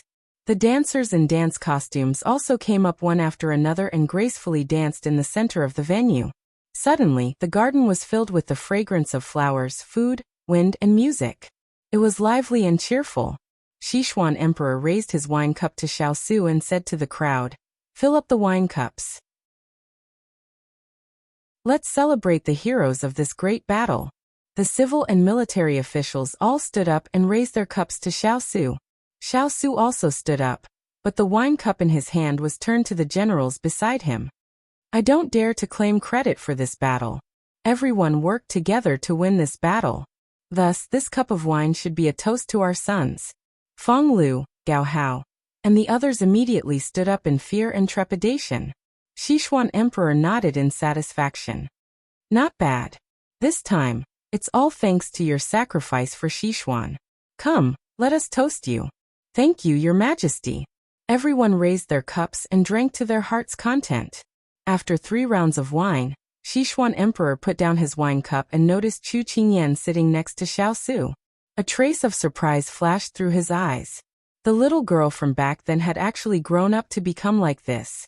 It was somewhat beyond his expectations. This must be Qingyan girl. I haven't seen you in so many years. You've grown up, grown taller, and even more beautiful. You're simply going to outshine all the flowers in this garden. Sichuan Emperor stroked his chin and didn't conceal his praise. There were already many gazes on Chu Qingyan. With His Majesty's words, these people could openly look at her. Their gazes were sizing her up, judging her, harboring ill intentions, and coveting her. Chu Qingyan laughed mockingly in her heart. She didn't know if Sichuan Emperor's words were intentional or not, but there was no doubt that he had already drawn hatred towards her. This was because the gazes of the women present were now looking at her with increased hostility. Which woman wasn't conceited? How could they tolerate others being prettier than them? Compared to the first time she met Sichuan Emperor, Chu Qingyan had seen many grand occasions this time, and was more confident in her heart. She obediently lowered her eyes and revealed a bashful expression. Your Majesty is too kind. All the madams and young misses present are prettier than Qingyan. Qingyan doesn't deserve this reputation. Her modest and gentle personality instantly won her back a lot of points. The pressure on her body instantly lessened by a lot. Sichuan Emperor nodded. She's a sensible and quick-witted girl. Su, or you have to cherish her. Just when everyone thought that Xiao Su wouldn't answer, Xiao Su unexpectedly nodded and said in a firm tone, I will. These words stunned Sichuan Emperor for a moment. Then his gaze deepened before moving away from Chu Qingyan. At this moment, Empress Liang and Consort you also noticed Chu Qingyan. Empress Liang, who had always been arrogant, had to admit that she had never seen such an outstanding beauty in all these years. It was no wonder that Su had fallen out with his imperial mother for her all these years. When Empress Liang thought of this, her entire face darkened. She also didn't have a good impression of Chu Qingyan. Consort you carefully sized up Chu Qingyan a few times and nodded slightly. Her appearance was excellent. It was normal for Ranner to be captivated by her. After all, there wasn't a woman as beautiful as her in the capital. She changed her mind. If Xiao Su fell and Ranner still remembered her, as his imperial mother, she could fulfill his wish and let Chu Qingyan stay by his side. However, she wouldn't have a status. Chu Qingyan didn't know that in the blink of an eye, the 2 most powerful women in Sichuan had made 2 different decisions for her. And it was because of these two people that her life changed unexpectedly. At this moment, Sichuan Emperor had already continued to chat with the other officials. Chu Qingyan finally dared to breathe a sigh of relief. She lowered her head and whispered in the ear of the person next to her. Big ice block, I thought you wouldn't say anything just now. Why are you thinking so much? Just eat your food. As he spoke, he picked up a piece of her favorite food and placed it in her bowl. Chu Qingyan didn't say anything else. She smiled and prepared to bury her head in eating her food. The intimate interaction between the two, as if no one else was around, fell into the eyes of some people, and they were burning with jealousy. At this moment, someone stood up. Your Majesty, the atmosphere tonight is so good. There are so many people here, so it should be lively. So this subject has a presumptuous request. The sudden female voice attracted everyone's attention, except for the couple who were burying their heads in peeling and eating prawns. You're such a strange girl. All right, we'll allow it. Speak. Sichuan Emperor said generously. This subject knows that young Miss Chu hasn't been in the capital for many years. I don't know if her zither, chess, poetry, calligraphy, and painting skills are different from those of us girls in the capital. This subject wants to ask her for guidance. Chapter 1025. Chu Qingyan, who was eating a lobster that had been peeled with ice, froze when she heard her name. Then she looked over in confusion. She was a rather handsome girl, but she didn't know who she was. Chu Qingyan was a little confused. Are you talking about me? The girl nodded and smiled very politely. I'm talking about you, Miss Chu. Oh, who are you? The other party was obviously here to pick a fight. Chu Qingyan raised her eyes and sneered. The moment Chu Qingyan finished speaking, her smile froze on her face. This person actually dared to ask for her name so brazenly. He had no manners at all. At this moment, Sichuan Emperor interrupted. He rubbed his chin and smiled as he introduced the girl to Chu Qingyan. Qingyan girl, this is the daughter of the Minister of War Meng Shirshu. She usually likes to practice swords and sabers. Her martial arts skills are considered one of the best among the girls in the capital. Meng Shirshu proudly raised her chin when she heard this. It was an honor to be introduced by Sichuan Emperor in such a way. She immediately received the envy of many people present. Thus, she looked at Chu Qingyan coldly and arrogantly, waiting for her answer. She had issued a challenge in such a large occasion. If Chu Qingyan didn't accept, then it would prove that she was nothing more than an idiot. She didn't have the qualifications to stand beside His Royal Highness. Chu Qingyan nodded in agreement with Sichuan Emperor's words, but her heart was beating like a drum. Sichuan Emperor's words seemed to be praising Meng Shirshu, but there was a hidden meaning in his words. She chuckled and looked up at Meng Shirshu. Then may I ask, Miss Meng, what did you say just now? I was preoccupied with eating and didn't hear clearly. Meng Shirshu's eyes twitched. Was this person really stupid, or was he pretending to be stupid? Saying such words in such an occasion, wasn't it obvious that he was ignorant and didn't know etiquette? Everyone present must be thinking the same thing as her. How could this person be so rude and shoot his mouth off? However, wasn't this exactly what she wanted? She wanted to ruin Chu Qingyan's reputation. Therefore, she didn't mind and repeated what she had just said.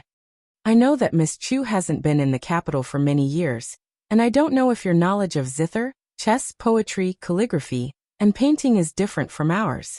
I would like to ask for your advice. No. What? Meng Shirshu was confused by her answer. There's no difference, Chu Qingyan replied curtly. It was fine if this person didn't have good eyesight, but he actually had a problem with his hearing. Could it be that all the young ladies raised in the capital were so weak? Chu Qingyan expressed her deep suspicions. He couldn't even compare to those young ladies she had met in the past few years. Meng Shirshu's eyes twitched violently. This person's answer was really simple and direct. If it was a normal person who didn't want to accept the challenge, they would still be polite. Who would be like her? These words made Meng Shirshu a little embarrassed, but Chu Qingyan still had a face of sincerity. How can this person be so uncultured? She really has lived outside and doesn't know etiquette at all. Too rude. Not polite at all. How could His Royal Highness have such a fiancé? It's simply like a fresh flower stuck in cow dung. Whispers immediately filled every corner of the garden. Among the civil and military officials who were sitting upright, most of them were indifferent. There were also some who were happy to see this and wanted to watch a good show. As for the madams and young ladies present, most of them had a gossipy heart. They didn't like Chu Qingyan, but they also didn't dislike her. It was just that when someone jumped out to be a clown, wasn't it also a happy thing in life? The soldiers following Xiao Su all had excellent hearing. None of these words escaped their ears. Every one of them looked resentful.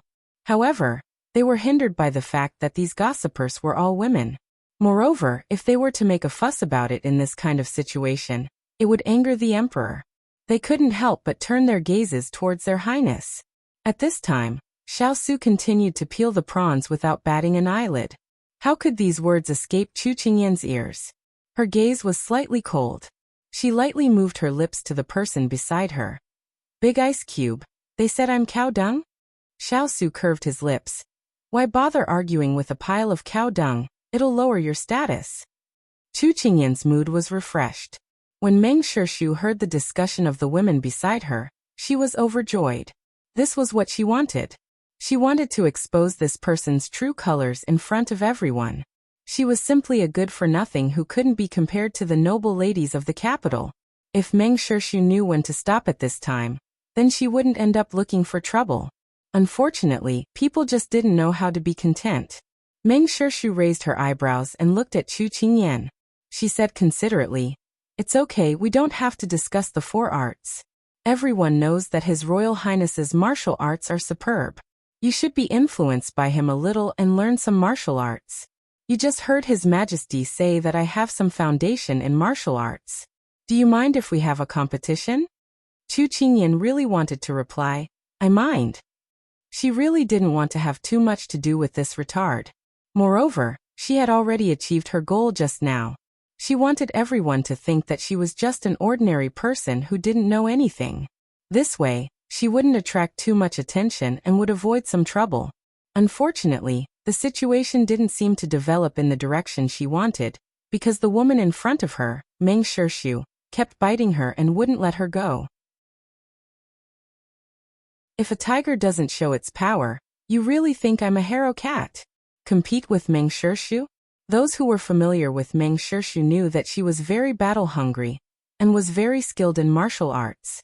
Even among the generals in the court, there were very few who could beat her.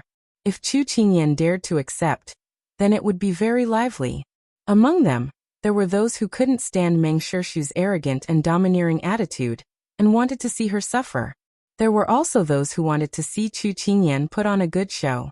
If her first appearance in front of a high official and noble ended in a sorry state, then she wouldn't be able to stand in the capital in the future. After all, they didn't mind watching a good show. Chu Qingyan took a cloth towel from the side and slowly wiped each of her fingers clean. When Meng Shirshu became impatient, she slowly stood up. "Okay, I accept your challenge." She shrugged, showing that she didn't care. Since she wanted to be invisible and these people wouldn't let her go, then she might as well fight. There was no need to shrink back. As soon as these words came out, the entire imperial garden became lively. They really didn't think that Chu Qingyan would have the courage to accept Meng Shirshu's challenge. The tyrant of the capital against the King of England's wife. This was going to be a good show. Everyone expressed a strong interest in this impromptu program. Ready to fight? Xiao Su raised his eyebrows. "I'm just playing with her. Otherwise, it would be very boring." Chu Qingyan winked at him with her left eye, and then walked out in a natural and unrestrained manner. Xiao Su shook the wine cup in his hand and slightly curved the corners of his lips. The little fellow couldn't sit still. However, these people dared to openly provoke the little fellow in front of him. He would remember this account. Chapter 1026. At this time, Consort Yu, who had been sitting quietly all this time, spoke up, as if she was worried for her. "Qingyan girl, are you really going to accept the challenge? Swords and spears don't speak. This isn't a joke." Chu Qingyan raised her eyebrows. She didn't say that she was going to use swords and spears, but this Consort Yu really knew how to set a trap for others. Her fake smile was really a bit glaring. Don't go overboard. Discussion comes first, winning or losing comes second. Chu Qingyan nodded slightly at Consort Yu, then turned to look at Meng Shirshu. How do you plan to compete? This question was asked as if she was casually asking what she was going to eat for lunch. Meng Shirshu lightly snorted. I'll let you smile now, but you'll be crying later. We're just going to compare notes. Take it as an entertainment for this celebration banquet. And also liven things up for the soldiers. We'll let them see that us women aren't weak. If the country is in danger, we can also help. Meng Shirshu's words won over the hearts of many people present. Even those women who didn't like Meng Shirshu couldn't help but straighten their backs. Her words made them feel proud. They had all dressed up meticulously for this trip to the palace because they'd heard that most of the brave and smart soldiers were unmarried men. Their family elders had instructed them to show their best side, so that the soldiers' gazes would linger on them for a while longer. Chu Qingyan nodded, but didn't comment. She couldn't tell that this woman was quite good at playing tricks with words. However, things would be more interesting if the opponent had some ability. Let's each pick a weapon that suits us, and then we'll decide the winner in one round. How about it? Meng Shirshu spoke again. She raised her chin high, as if she was the host here, and looked at her with slight contempt. Chu Qingyan expressed no objection. Meng Shirshu seemed to have been prepared. The palace servant behind her handed her a long black whip. She folded the whip in her hand and patted her palm. When she looked at Chu Qingyan, she asked, What is your weapon? Chu Qingyan did not intend to use her own, because that would be an insult to her weapon.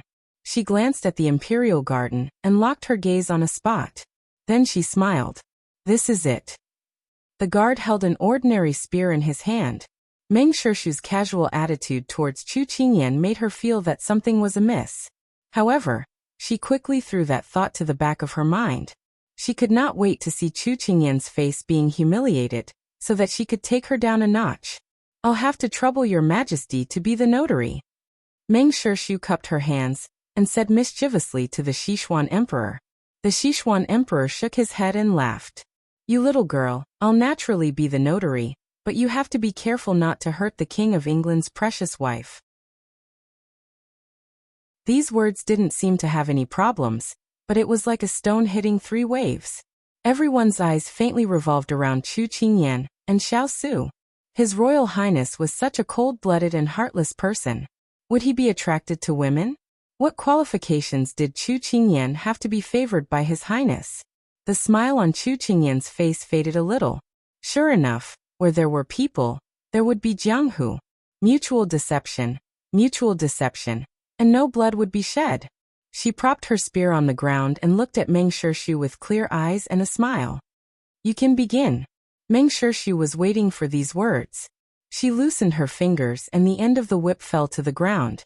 She swung her arm and the long whip made a loud sound in the air before it fell to the ground. It was at least 2 zhang long, and the pitch-black body of the whip was shining under the light of the fire. The timid women present couldn't help but feel guilty when they saw it. Seeing that Chu Qingyan didn't move, Meng Shirshu didn't wait any longer, and chose to make the first move. If Meng Shirshu knew that Chu Qingyan was thinking about how many moves she had to give in order to not let others see through her true martial arts, she would be so angry that she would vomit blood.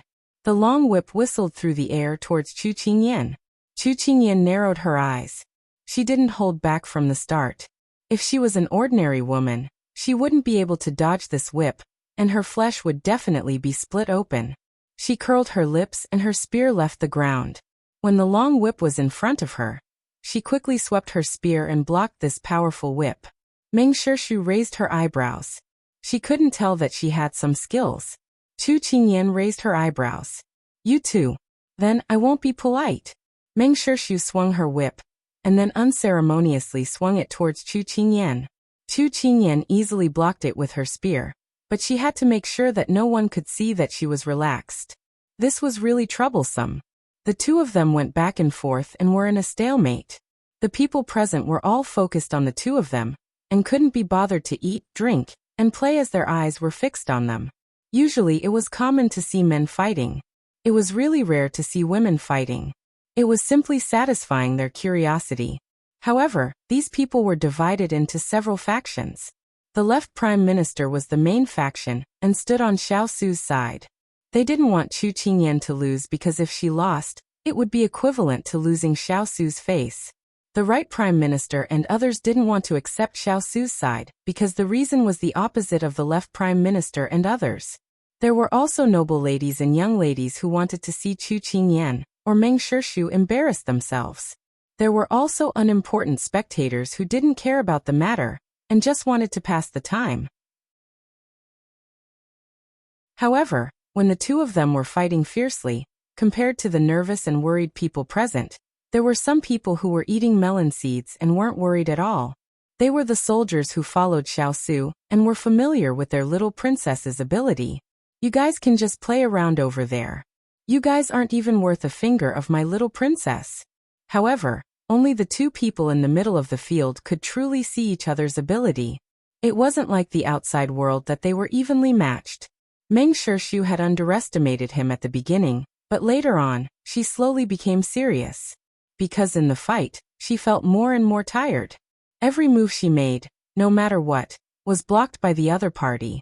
Although the strength wasn't great, her arm was shaking until it was numb, and she was becoming more and more powerless. This was the first time she met such an opponent.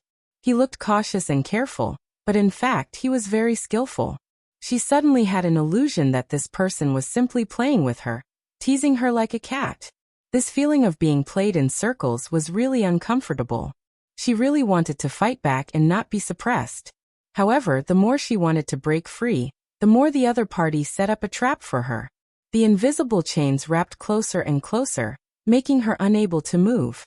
Just as everyone was still cheering for this exciting fight, suddenly, Meng Shixu took 2 steps back. Then her fingers loosened, and the long whip fell from her hand to the ground. What happened? Didn't Meng Shixu have the upper hand just now? Why did she throw away her weapon? Hearing the voices telling her to pick it up again and again, Meng Shixu was shocked. It wasn't that she didn't want to pick it up, but, looking at her hand, it was still shaking uncontrollably. What was going on? Why couldn't she control her hand?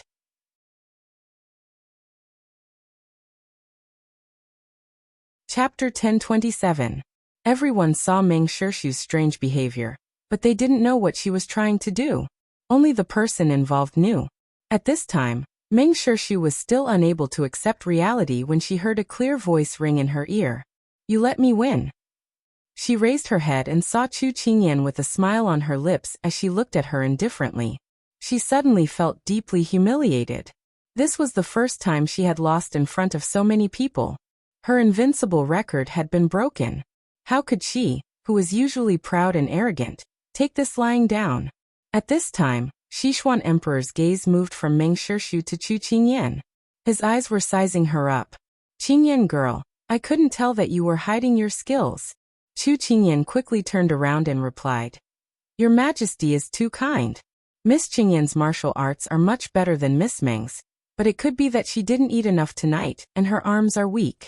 That's why she couldn't hold the long whip. Don't you think so, Miss Meng?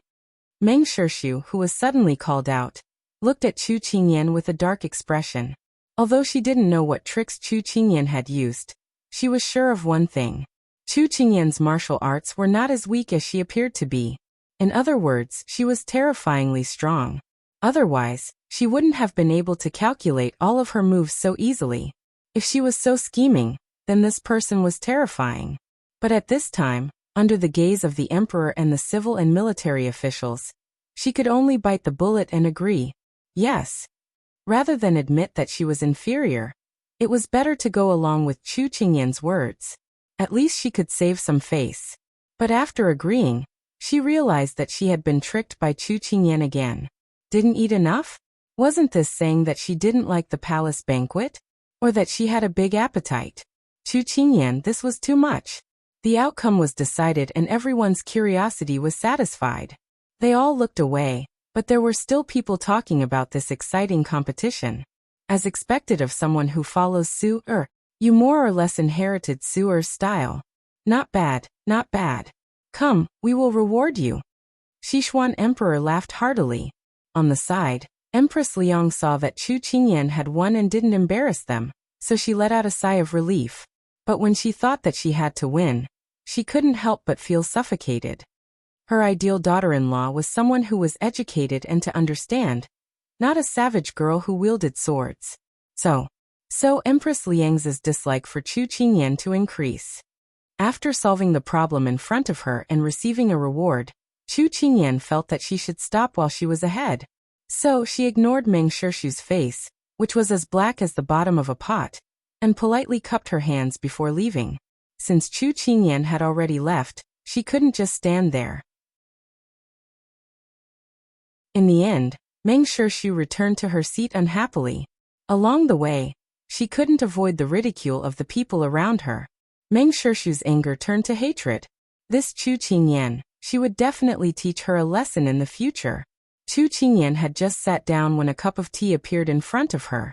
She looked back at the considerate person and gratefully took a few sips. She had just moved her muscles and bones, so she was a bit thirsty. "You showed mercy?" Just as she was enjoying the sweet tea, this sentence sounded in her ear.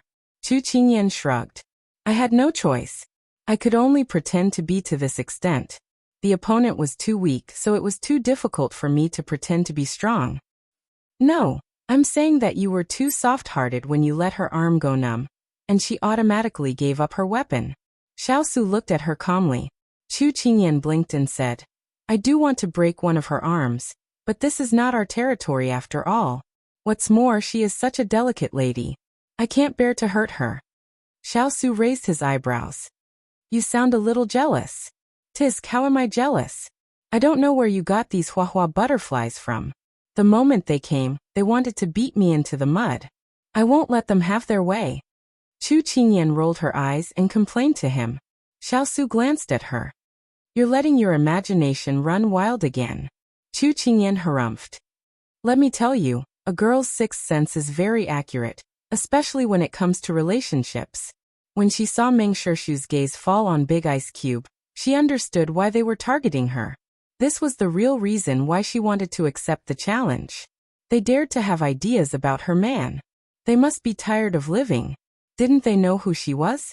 Since she pretended to be invisible, they couldn't wait to see her weak and helpless. Then she had to show them her elegance. However, it was fine as long as she didn't provoke people she shouldn't provoke.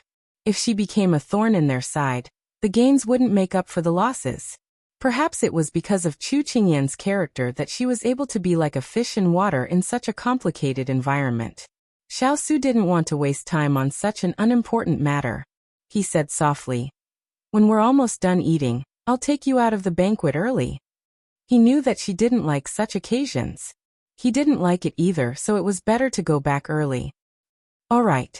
Chu Qingyan nodded her head. "This Miss Chu is so powerful. I was just afraid that she would suffer because of Miss Meng.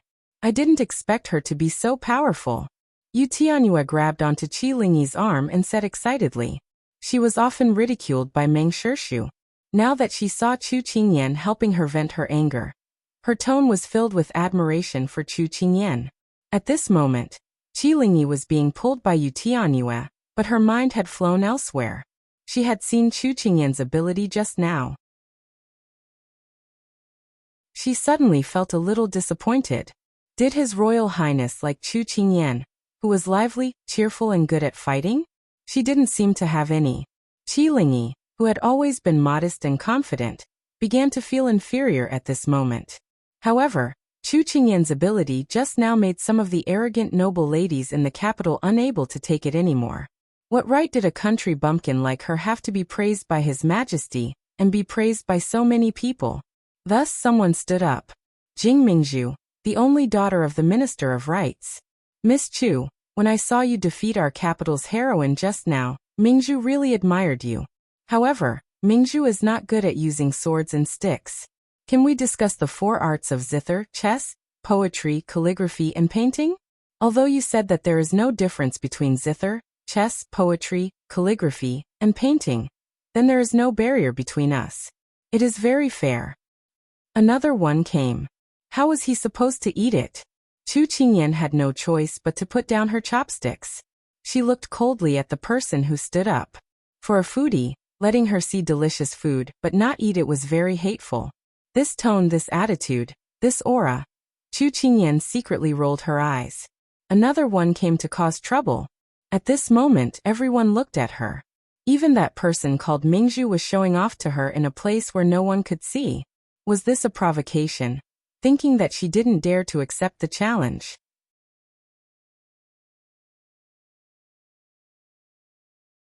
Chapter 1028. Just as Chu Qingyan was pondering how to respond, Consort Yu spoke up again. Your Majesty, isn't this official Jing's daughter? A while ago, this consort even heard about the poem she composed. She's intelligent and well-written. Sichuan Emperor nodded with a smile. Beloved consort is right. Official Jing has nurtured a talented girl. Jing Jin immediately stood up to thank the emperor, then turned to Chu Qingyan.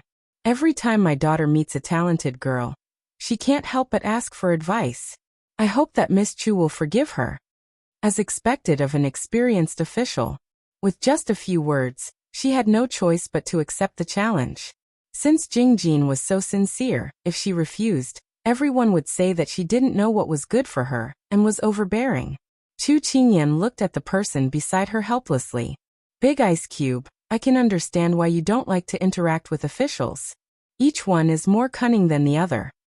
Xiao Su held her hand under the table, transmitting his warmth to her. He said firmly in a low voice, if you don't like it, then reject it. It's fine.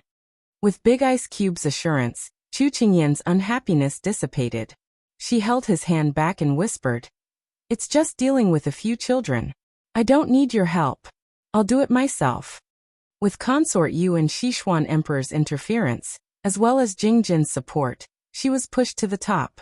She had no choice but to do it. However, it was a bit strange. What was Jing Mingzhu's background? Why was even Consort Yu helping her? Chu Qingyan raised her brows and stood up. Many thanks for Miss Jing's high opinion of me. I hope to receive your guidance. Jing Mingzhu nodded in satisfaction. She still agreed. It didn't matter if Chu Qingyan knew how to play the zither, chess, poetry, calligraphy, and painting. In any case, she wanted everyone to see her talent at this banquet. Chu Qingyan was just a stepping stone. Yesterday, her mother had told her that Imperial Concubine Moon's eldest sister-in-law, the eldest daughter-in-law of the right Prime Minister, Great Madame Fu, had revealed that Imperial Concubine Moon had taken a liking to her. As long as she worked hard enough to win the fourth prince's heart, then she would ask His Majesty for a marriage decree. Because of this, she had been excited the entire day. Today, before entering the palace, she had dressed up meticulously to impress the fourth prince and make him see her in a different light. Unfortunately, for some reason, the fourth prince didn't attend tonight's banquet. But after seeing everyone's amazement at Chu Qingyan and her defeat of Meng Shirshu, Jing Mingzhu had an idea. She could use this opportunity to show off her abilities and make His Majesty and Consort Yu satisfied with her. This way, she would be one step closer to the position of the fourth prince's consort. People needed to have comparisons to show off their abilities. Therefore, she chose Chu Qingyan. As long as she beat her, she would have a chance. Zither, chess, poetry, calligraphy, and painting. Miss Chu, please choose one. In order to show that she was proficient, Jing Mingzhu looked as if she could choose any one. Chu Qingyan had just walked to the center of the banquet hall. When she heard this, she couldn't help but want to laugh. This person was quite conceited. Interesting. Then let's play chess. These 5 items were not difficult for Chu Qingyan, but her hands suddenly itched. She wanted to play chess with someone other than the Big Ice Cube. Her chess skills were taught by the Big Ice Cube, and she lost to him every time. She felt that she had no face and Hualing and the others did not dare play with her. Then this time, she wanted to test just what level her chess skills had reached. Once these words were said, everyone had different expressions. There were even some that revealed looks of schadenfreude. What is it? Is there a problem? Chu Qingyan had a very innocent look. Along with her delicate and beautiful face, it made most of the youths fall for her. A young soldier said with good intentions, it's like this. There was a chess competition held in the capital recently, and the winner was this Miss Jing. So it's like this. Chu Qingyan nodded. She never thought that she would pick the other side's strong point. But this was also good. She was qualified to be her opponent. Miss Chu can choose to play another game. At this time, Jing Mingzhu very generously expressed that she could choose another game. Chu Qingyan felt that this person was really hypocritical. She was clearly feeling proud, but she still wanted to act like a good person. No need, I'll play this one. Jing Mingzhu's eyes lit up. Chu Qingyan, you chose this yourself. Don't blame me for not giving you face. Very quickly, the chessboard was brought up. On the side of the imperial garden, there was a large chessboard set up. There were 2 eunuchs standing on the side. When the 2 of them were playing, they would place the pieces on the chessboard. At the beginning, Jing Mingzhu's expression was very relaxed, but after playing half of the game, her expression became tense. However, this did not save her from being in a one-sided situation. Because it was a 2 out of 3 game system, Chu Qingyan stood up after 2 games.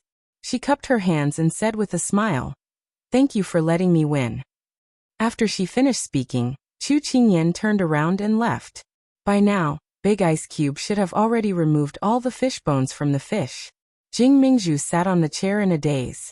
Her eyes were lifeless as she looked at the situation.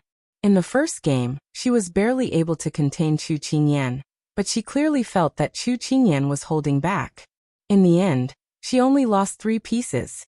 However, in the second game, she did not even have time to react before all her pieces lost their advantage. This person's chess skills were too terrifying. It was as if she did not need to think. Every move was made casually, but in the end, she could form an inescapable net to trap her. She did not even need to struggle before she was defeated. In the entire Imperial Garden, other than Jing Mingzhu, everyone else who knew a little about chess couldn't help but study the chessboard. Every move seemed useless, but there was a mystery behind it. Even the ministers who had decades of chess experience felt that they were not as good as her at scheming. As the saying goes, one can tell a person's character from their handwriting. Playing chess can tell a person's character. This Chu Qingyan looked young, but her heart was mature and steady. She was smart and clever, and was good at scheming. It was likely that the ministers present who knew how to play chess would not be able to beat her. This girl really made people look at her with a whole new level of respect. Jing Mingzhu did not know that she had originally wanted to step on Chu Qingyan to show off to everyone, but in the end, she had made a wedding dress for someone else. Many of the ministers in the middle party, as well as the respected ministers in the imperial court, had left a good impression on Chu Qingyan. They originally thought that only men could play chess well, but today, they saw her with a whole new level of respect. They felt that this girl was beautiful on the inside and excellent on the outside. It was rare and valuable. This celebratory feast was originally meant to be a celebration for the 3 armies. In the end, it became Chu Qingyan's personal event. Those who wanted to challenge Chu Qingyan had to reconsider if they were capable of doing so. This Chu Qingyan, not only was she beautiful, she was also good at both civil and martial arts. Many people present were trying to figure out what she was not capable of.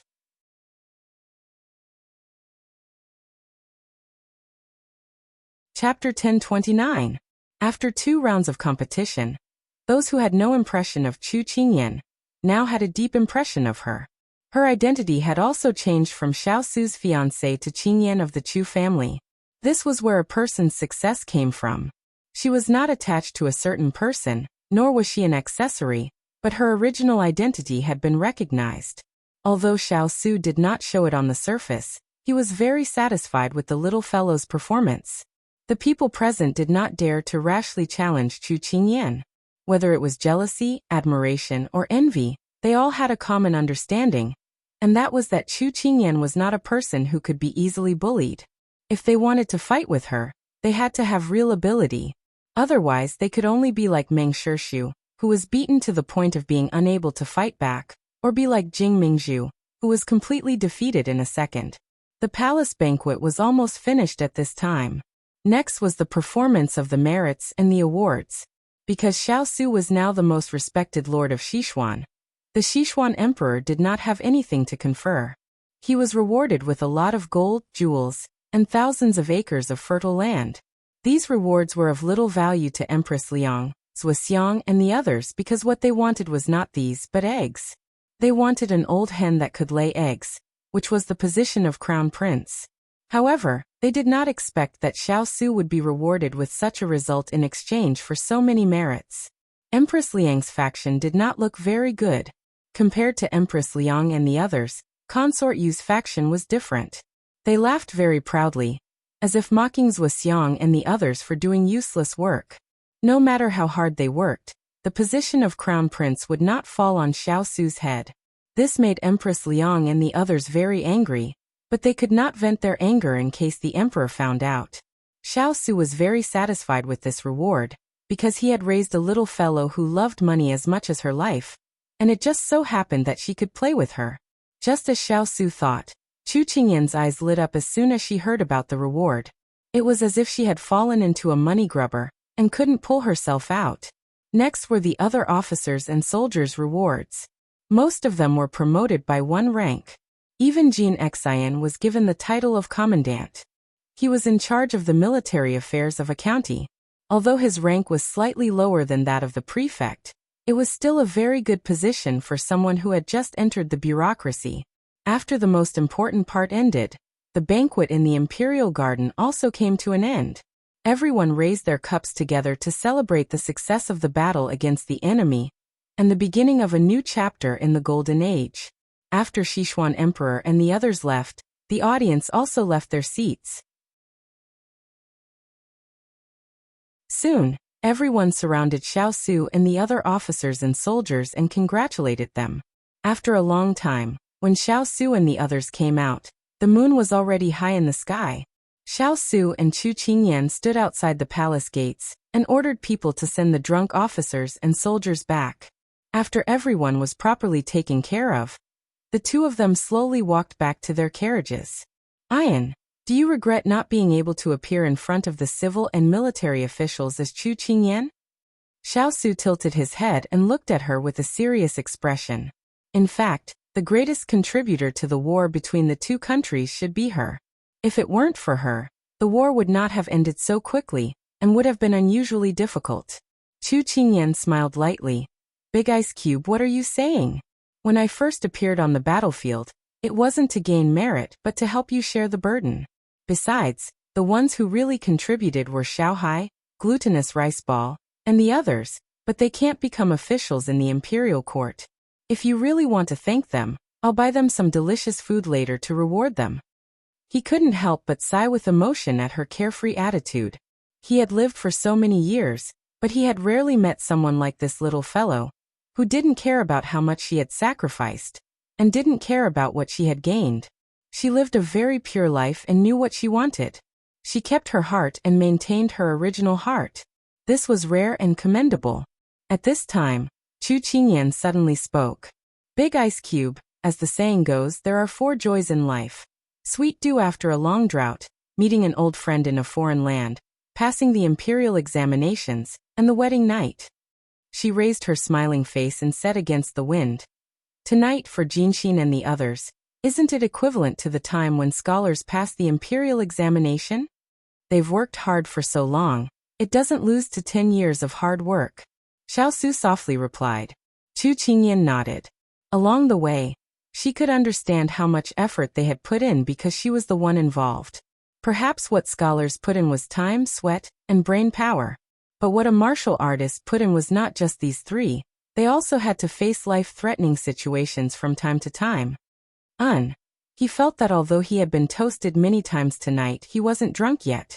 But looking at the little fellow under the moonlight, he suddenly felt a bit drunk. When will you be able to let me experience this kind of joy?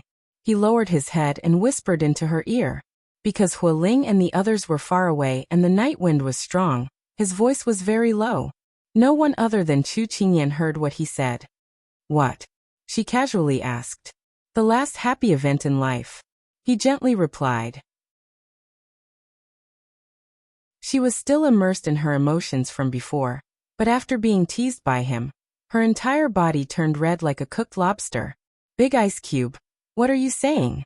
Did you drink too much? She puffed up her cheeks and pretended to be calm, but her face was completely red and could not hide it under the moonlight. Seeing her trying to cover it up, Xiao Su was in a good mood. The night wind blew, scattering the fragrance of wine on his body. With the person beside him, It was a peaceful time. The restlessness in his body gradually faded because of this night wind, and this tranquility. Big Ice Cube, let's take a walk, she suggested. Xiao did not have any objections. So the carriage followed behind the two of them. What does it feel like to play chess with someone other than me? He mentioned the chess game from before. Chu Qingyan laughed when she heard this. I finally know what it feels like to kill someone. Moreover, it's overwhelming, it simply feels too good. No wonder you always like to play chess with me. Her current state was like a surf singing a song. Xiao revealed a smile. This is the so-called strict teacher produces a brilliant disciple. Chu Qingyan declined to comment. Miss Jing's chess is just nice to look at, but it's not useful. I wanted to preserve my strength, but after 10 moves, I couldn't take her playing style anymore, so it's better to end it quickly. Jing Mingzhu's chess was just like the flowery martial arts. It looked good, but it did not have any killing power. If all the girls in the capital played like her, there really wouldn't be anything to look at. Chu Qingyan instantly gave up the idea of playing chess with these girls. She might as well be killed by the big ice cube, that would be more satisfying. Little fellow. While she was thinking about tonight, she suddenly heard the big ice cube call her. What is it? I will ask Royal Father to resign tomorrow, Xiao said in a calm voice.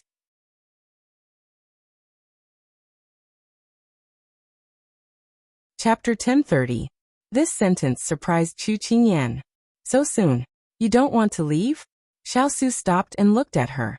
Chu Qingyan immediately shook her head like a rattledrum. What a joke. She couldn't wait to leave the sea of misery as soon as possible, the further the better. Then why? If we leave right after coming back, will it affect you? This was what she was worried about. Xiao chuckled and reached out to rub her head. Under her complaining gaze, he suddenly said earnestly, Ian, when doing big things, you must avoid being overcautious and timid.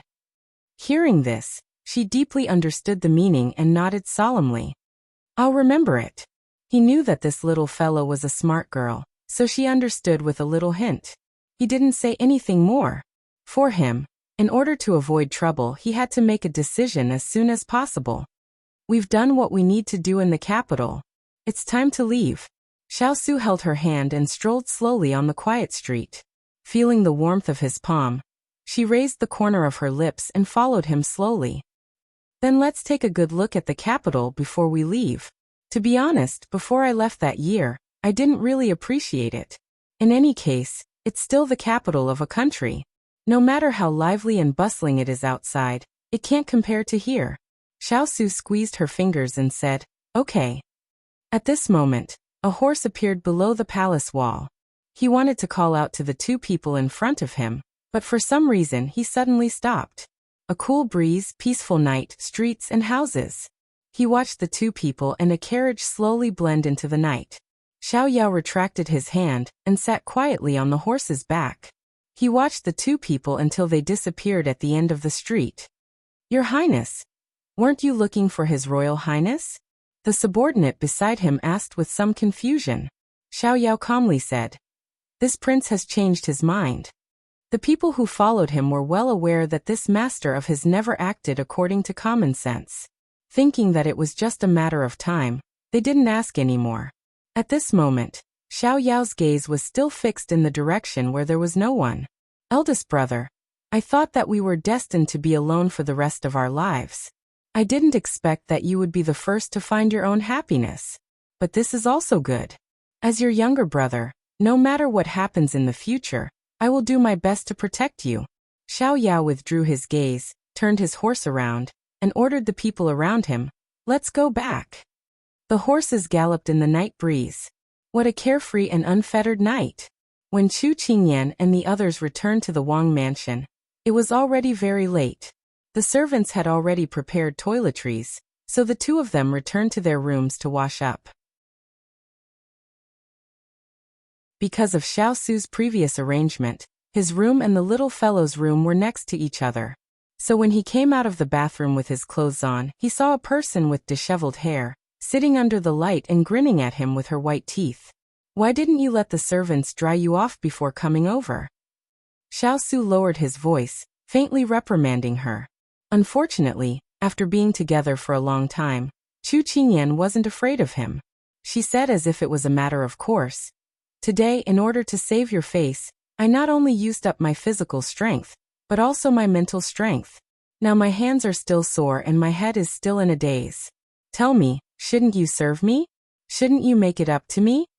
Xiao Su was dumbfounded by her self-righteous words. This little fellow always had so many fallacies, making people speechless. Although he didn't agree with her running over like this, he still picked up a dry towel from the side and helped her dry her long hair. It's really my good ice cube. The clean towel with the smell of sunshine gently wiped her hair, making her sigh in satisfaction. Xiao Su didn't know whether to laugh or cry at her words. She was really taking advantage of him and pretending to be obedient. At this time, there was a knock on the door. Chu Qingyan was lying on the table at this time, not wanting to move at all. But she was muttering inside. It was this late. Why would someone come looking for a big ice cube? After Xiao Su responded, the door was pushed open and Hong Yi walked in with a tray. Lord! Hong Yi raised her head with a smile, but when she saw Chu Qingyan in the room and what her lord was doing, she suddenly stopped in her tracks. The shock on her face was hard to hide. But fortunately, the two of them were not paying attention to her. She quickly collected her emotions and then respectfully added, Princess Consort. What is it? Xiao Su had just helped the person in front of him dry half of her hair, and was preparing to move to another side as he asked. Hong Yi walked to the table with the tray and said with a smile, Lord, this is the pear and white fungus soup that Hong Yi specially made for you. Thinking that you went to the palace banquet today and ate very greasy food. So I made this soup to help you get rid of the greasy taste. Chu Qingyan couldn't help but raise her head when she heard this. Her gaze swept over the delicious soup, and then she raised a brow at the big ice cube beside her. It was so late and there was a beauty personally delivering food. His luck with women wasn't bad. Xiao Su received her message and looked at her with a raised brow. Chu Qingyan snorted inside, and then turned to Hong Yi. She said with a smile, Hong Yi is so attentive. Is there a share for me? I also want to get rid of the greasy taste. Hong Yi's perfect smile froze on her face. How could she have known that Chu Qingyan would be in Lord's room? Also, she didn't care about Chu Qingyan at all, so how could she have prepared it for her? Hong Yi had an awkward expression as she looked with watery eyes at her lord. Hong Yi thought that Princess Consort had already gone to sleep, so she only prepared a share for Lord. How about Hong Yi go make a bowl for Princess Consort now? Her expression was perfect, and she acted out the role of an honest and loyal servant who was being put in a difficult spot by her master.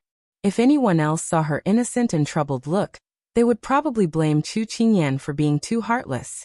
Unfortunately, the person in front of her was Xiao Su, the Xiao Su who spoiled his wife like his own life. He did not have a change in expression as he continued to seriously dry Chu Qingyan's hair. Chu Qingyan waved her hand and said brightly, No need to trouble yourself.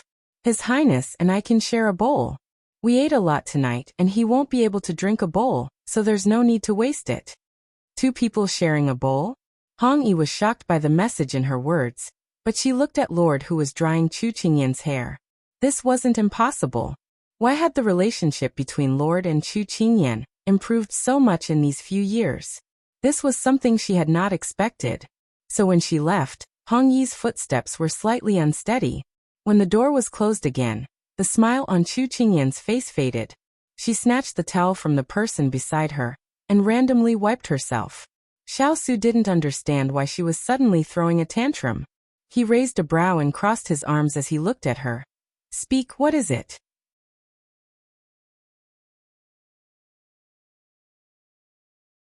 Chapter 1031. What's wrong? Chu Qingyan was furious. You actually don't know why I'm angry. Xiao Su was confused. In this world, there was a riddle that men could never solve. And that was why their girlfriend was angry. To Xiao Su, it was nothing more than that. He had lived for so many years, and he had never encountered anything that he didn't understand. But when it came to matters of the heart, he was a newbie. Chu Qingyan took a deep breath, then looked at him from the corner of her eyes. She said word by word. In the middle of the night, a beauty came to visit, and a heartwarming dessert. Don't you think there's a problem? As soon as she said that, Xiao Su, who was still confused, suddenly had a strange look on his face. Then he leaned closer to her. Chu Qingyan jumped away from him and couldn't help but glare at him. She was still angry, and he was still trying to take advantage of her. "What are you doing?" Xiao Su straightened up. He wasn't displeased by her disdain at all. He chuckled and joked. "I just smelled a sour smell. I want to know if it came from you." "You?" Chu Qingyan blushed. She couldn't help but admit that she was really jealous, and it was very strong. She knew that Hong Yi had been with him for so many years. If she wanted something to happen, it would have happened long ago. But in love, once they confirmed their love for each other, there would be a strong possessive desire. She wanted his present and future. She would even be jealous of the people who appeared in his past life. Why couldn't she have known him from the beginning? Why couldn't she have been the only one in his life from the beginning to the end? She knew that she couldn't think like that. She trusted Big Ice Cube's character. But this was love. She lost her rationality for someone, went crazy for someone, and became someone who wasn't herself. The person in front of him was unusually quiet, and a look of remorse and self-blame flashed across her eyes. Xiao Su suddenly felt that something was wrong with her. He couldn't help but walk closer to her and hold her shoulders. His gaze was as gentle as water. "Ian, I like it when you're jealous." Chu Qingyan raised her head, her eyes filled with annoyance. "Don't you find me annoying?" "No, I hope that you will always focus on me and not look away." Xiao Su hugged her, his chin resting on her head as he tightened his arms. Chu Qingyan couldn't help but laugh. "So you're as possessive as me, Big Ice Cube. Can't I?" he asked in a drawn-out tone. Fine, fine, fine. You can do whatever you want." She quickly raised her hands in surrender. Xiao Su laughed and shook his head. By the time Chu Qingyan returned to her room, an hour had already passed. Jasper and Xiaoxi were busy at the front. At this time, Xiaoxi pouted and complained. "Master, although this Hong Yi is the palace's head maidservant and is in charge of everything in the inner courtyard, she's too daring. She actually went to His Highness's room this late at night. If she was doing her duty, why did she only prepare His Highness' portion? She clearly knew that Master was also attending the palace banquet. She clearly doesn't have good intentions." Xiaoxi's words weren't without reason. This was also the reason why she wasn't happy tonight. But Xiaoxi saw that her master was deep in thought and her eyes turned. She continued to complain. "In this palace, whether it's Hong Yi, Qing Yi, or Lve, they all rely on His Highness's favor and don't put us servants from Lian City in their eyes. This is clearly looking down on Master. It's too much." Chu Qingyan's fingers, which were stroking her long hair, paused. She looked at Xiaoxi and narrowed her eyes. "Xiaoxi, you can say these words in front of me, but don't go around saying them to avoid arousing suspicion." When Xiaoxi heard that her master's voice was emotionless, she blinked her eyes. This servant understands. Seeing that Xiaoxi wanted to continue speaking, Chu Qingyan found an excuse to dismiss her. After the door closed, Chu Qingyan turned to Jasper when she heard that the footsteps had gone far away. "What happened to Xiaoxi in the palace recently?" Jasper stepped forward. "She didn't do anything these few days. Because she serves you, no one dares to order her to do anything. However, she was bossy and bullied a few maidservants. This servant thinks that it's because she came to the palace and was only a second-rank maidservant, so she's a little dissatisfied. The palace already has enough first-rank maidservants, but Xiaoxi's ability to be a first-rank maidservant is still a little lacking, so I arranged for her to be a second-rank maidservant. I didn't expect her to have such a high temperament. Don't blame her for wanting to put Hong Yi and the others in a bad light." Chu Qingyan chuckled. Playing tricks in front of her? She was still too inexperienced. Jasper asked, "Although this Xiaoxi is young, she's quite scheming. Do you need this servant to knock some sense into her?" Chu Qingyan waved her hand. "No need. She won't be able to do anything even if we leave her to dry. We have many important matters to attend to, so don't waste our energy on one person. If she does anything out of line, then report it to me." "Yes." Jasper nodded. "That's right. Have you contacted Water Spirit?" She suddenly thought of this matter. "I've already contacted her. Does Master need something? Good. Get ready. I'm going to find her to play tomorrow. Chu Qingyan's lips curled up as she giggled. Jasper revealed a rare look of surprise. Are you really going to find her? Why not? Don't just stand there. Quickly go and rest. I want to have my beauty sleep. Chu Qingyan urged her to leave. When Jasper left, she turned around to look at her with a troubled expression. If His Highness knew that this subordinate had brought you to that kind of place, he would probably break this subordinate's legs. The next morning, Xiao Su got up and found that the little fellow was still sleeping soundly. It seemed that yesterday really tired her out. He told the others not to disturb her and ate alone. At this time, Hong Yi came in and stood to the side. Lord, do you need Hong Yi to serve you food? No need. Then this servant will help you tidy up the clothes you'll be wearing today. Hong Yi said as she walked into the room. Hong Yi. Xiao Su suddenly called out to her. Hong Yi turned to look at him in confusion. Lord, do you need something? This king remembers that you weren't in charge of these things in the past, he said in a faint voice. Hong Yi was stunned. In the past Cheng Yi was in charge, but she's no longer here. This servant wants to do more for you, so I came over. You have to do your job. This king put you in this position because I value your ability to plan. If you do these small things, it will be burying your talent. Xiao Su's expression was still indifferent. Hong Yi thought that Lord couldn't bear for her to do these rough chores, so her heart thumped. Her face turned red and she said in a shy voice, Lord, Hong Yi is willing to do these things for you. Xiao Su keenly sensed that there was something wrong with her tone. Thinking of the little fellow's reaction last night, it seemed that he had neglected Hong Yi and the others. Because he didn't restrict them, Hong Yi had thoughts that she shouldn't have. His black eyes deepened. Hong Yi, how many years have you been by this king's side? 10 years. Hong Yi said with a red face. So it's been that long. It's time for this king to prepare a generous dowry for you. During this time, this king will have people help you find good in-laws. As soon as Xiao Su's words fell, Hong Yi's face turned pale.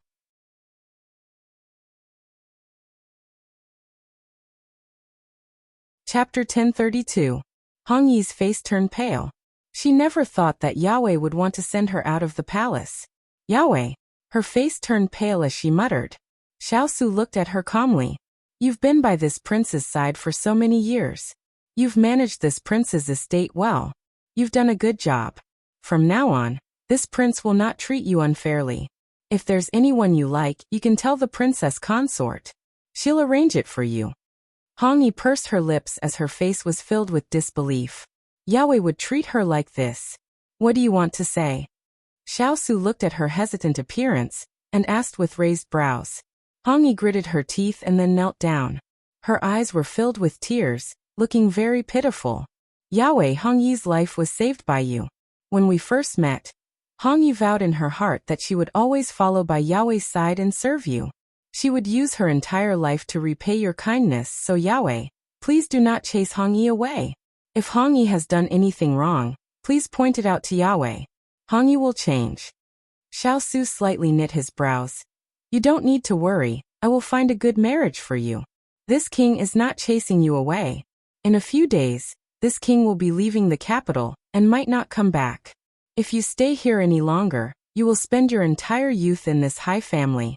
So before you leave, this king will arrange a good home for you. Hong Yi only noticed the words leaving the capital. She said in a stunned voice, Yahweh, can you let Hong Yi follow you? You haven't been in the palace these past few years and Hong Yi has been worried that the servants there won't be able to take good care of you. There's no need. Wang Fei will be in charge of all of Benwang's matters. Xiao Su mercilessly refused. These words made Hong Yi feel hatred in her heart. Chu Qingyan had only been by the Lord's side for 5 years, while she had been devoted to the Lord since she was young. What right did Chu Qingyan have to receive the Lord's unparalleled love? She lowered her head and her expression was gloomy, but her words were full of gratitude. Hong Yi would like to thank the Lord for his care and love for Hong Yi. But Hong Yi has a presumptuous request. Go ahead. Hong Yi hopes that the future husband can be chosen by Hong Yi herself.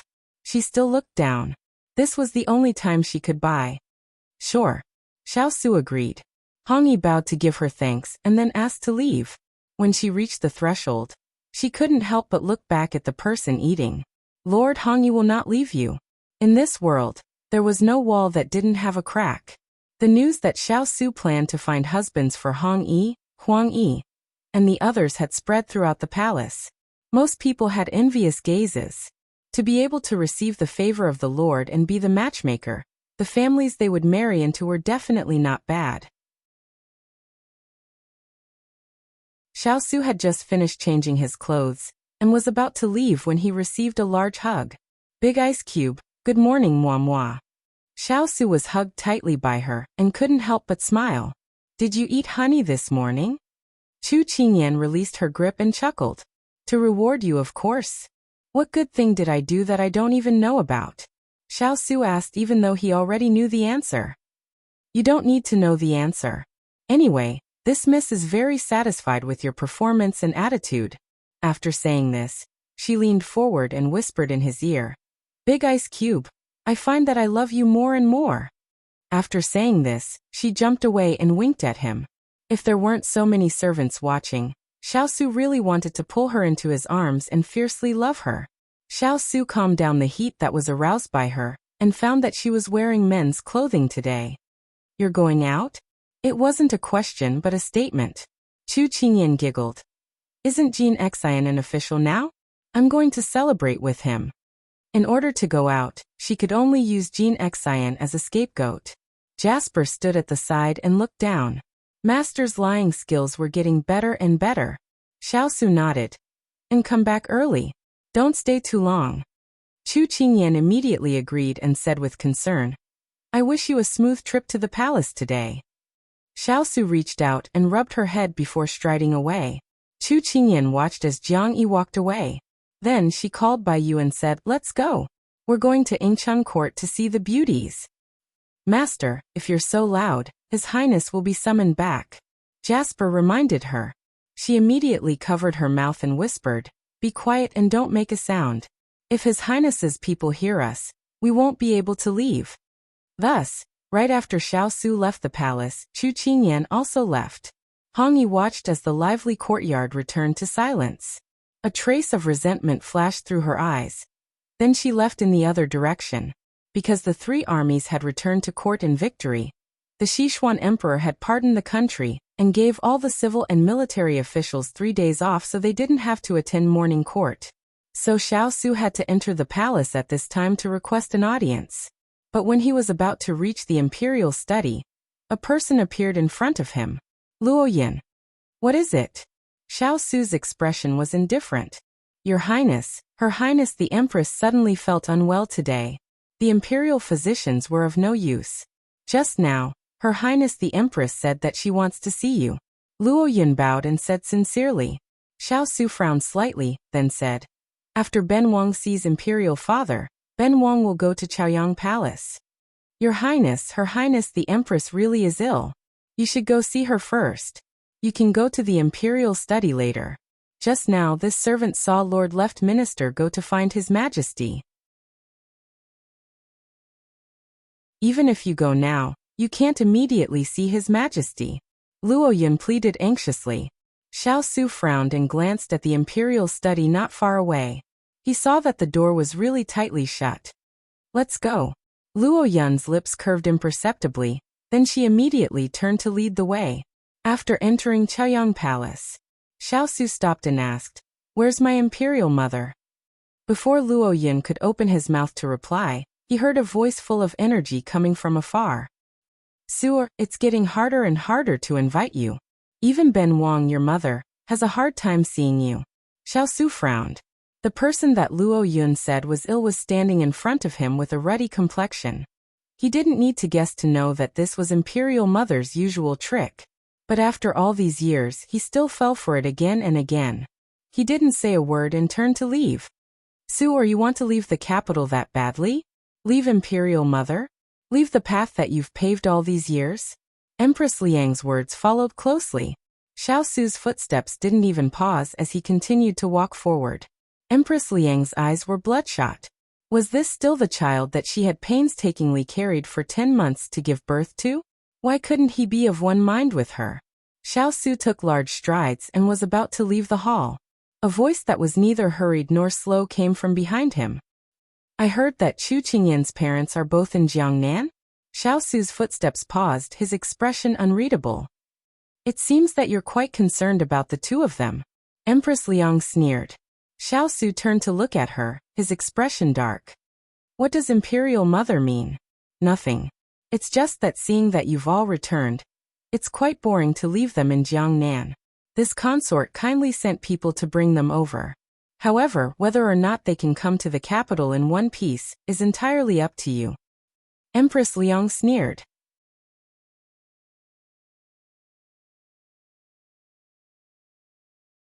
Chapter 1033. Xiao Su's expression suddenly darkened. Imperial Mother, this is a matter between us. Don't involve outsiders. Outsiders? Empress Liang sneered and glared at him. I think that I'm the outsider here. Xiao Su's cold gaze locked onto the person in front of him.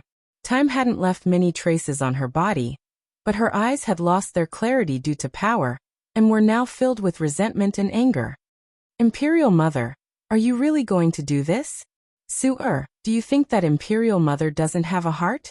Imperial Mother doesn't want to see you go down the wrong path, and walk down a path of no return. Imperial Mother wants you to become better and enjoy a better life, but why can't you understand Imperial Mother's painstaking efforts? Empress Liang shook her head in disappointment. Xiao Su chuckled and his lips hooked in self-mockery. Imperial Mother, if you're really doing this for Ai's sake, then you shouldn't keep forcing Ai to do things that go against his heart. In your eyes, power and wealth are greater than the heavens, but in Ai's heart, nothing is more important than freedom. Why can't you help Ai? Freedom? Haha. Empress Liang couldn't help but laugh. She then stopped and looked at him coldly. Without power and wealth, you're talking about freedom with this consort? What is freedom? It's a game played by those in power. Do you have the qualifications? Xiao Su frowned and looked at her without saying a word. Imperial Mother's personality was becoming more and more paranoid. There was no point in continuing to talk with her. Xiao Su clenched his fists and turned to leave.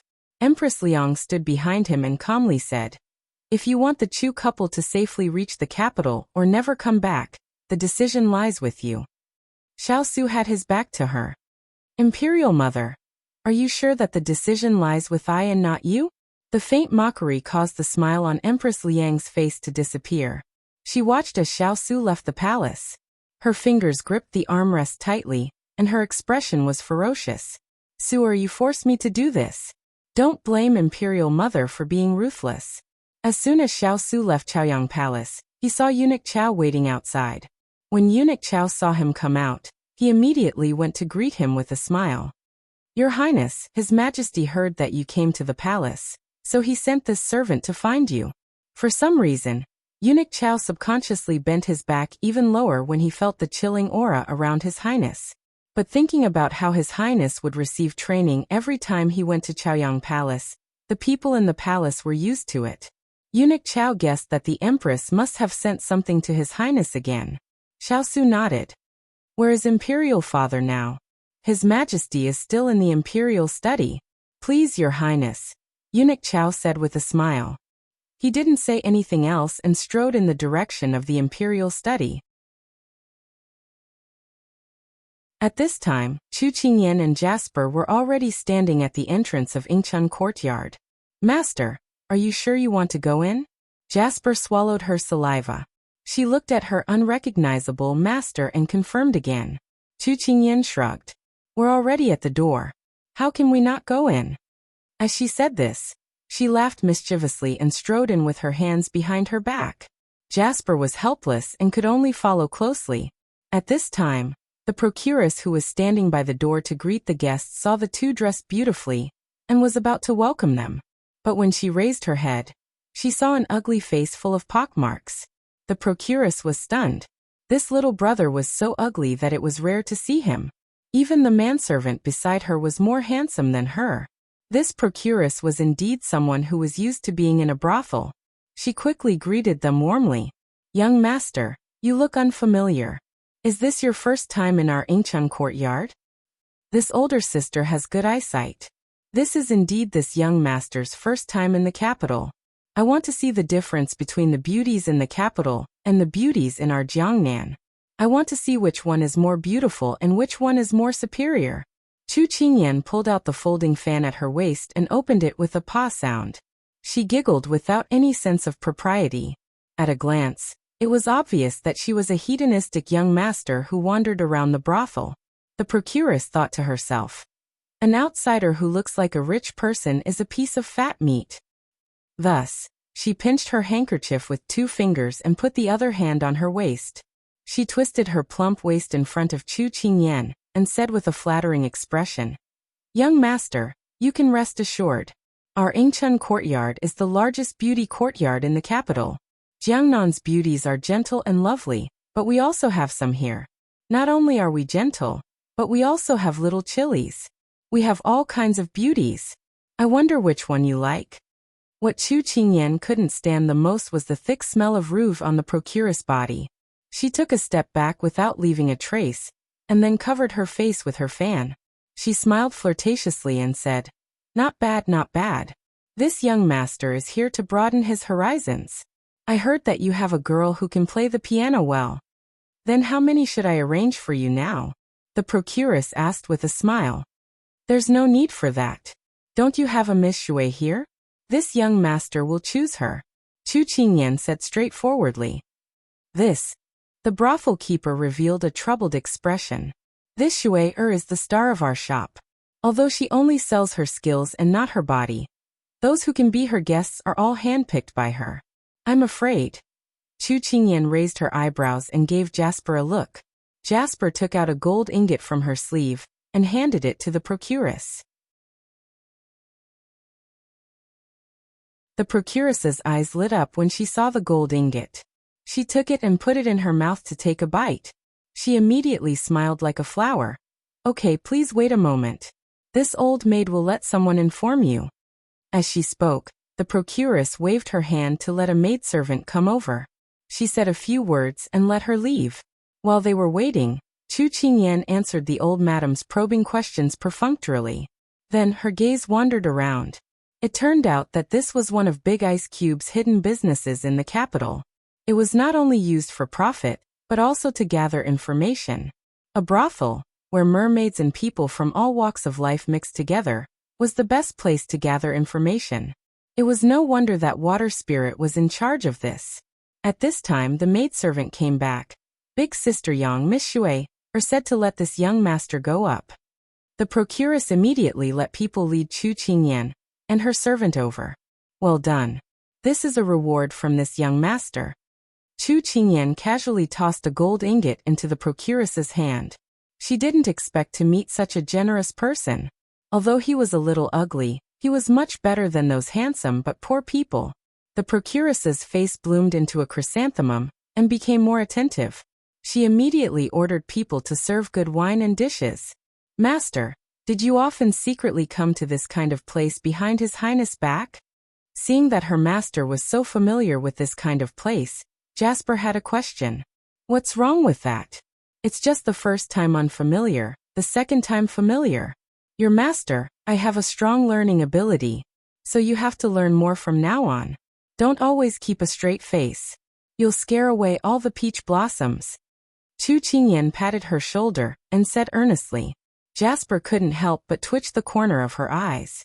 Chu Qingyan's lips curled into a smile as she opened her fan and slowly walked up the stairs.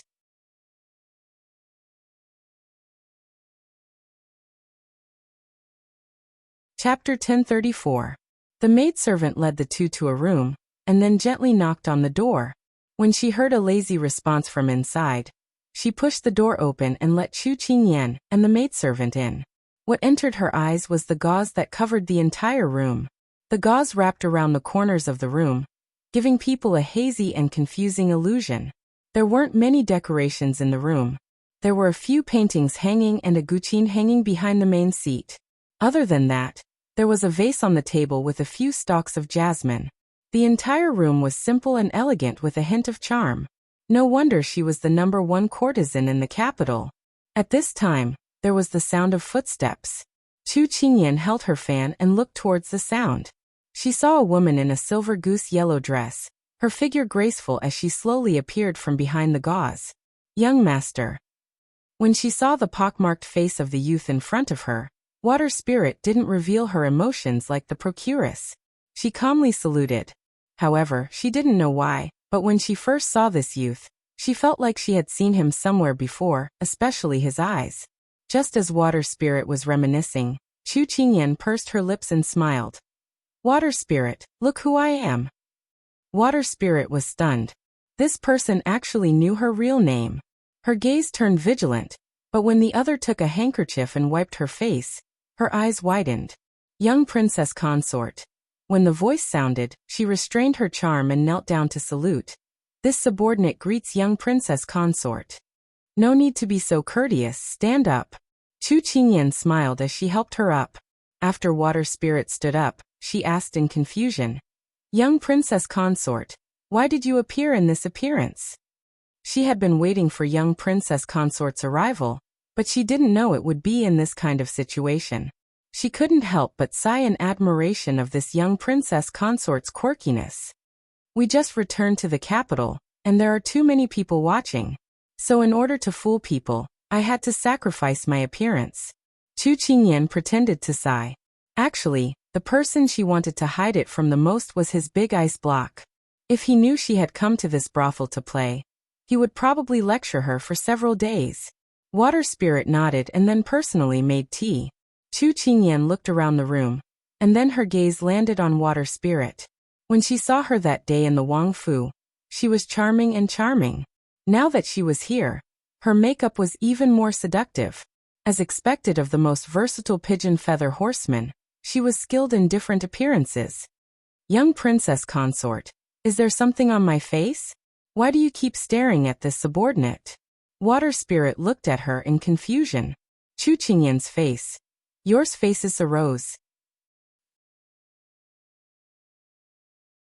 Shui Ling giggled. Little princess, you really know how to tease your subordinates. First, I want to thank you for helping me choose such a fitting dress last time. That way, I wouldn't be embarrassed. Chu Qingyan sincerely thanked her. Water Spirit smiled. This is what this subordinate should do. You don't have to take it to heart. Second, I want to ask you for a favor.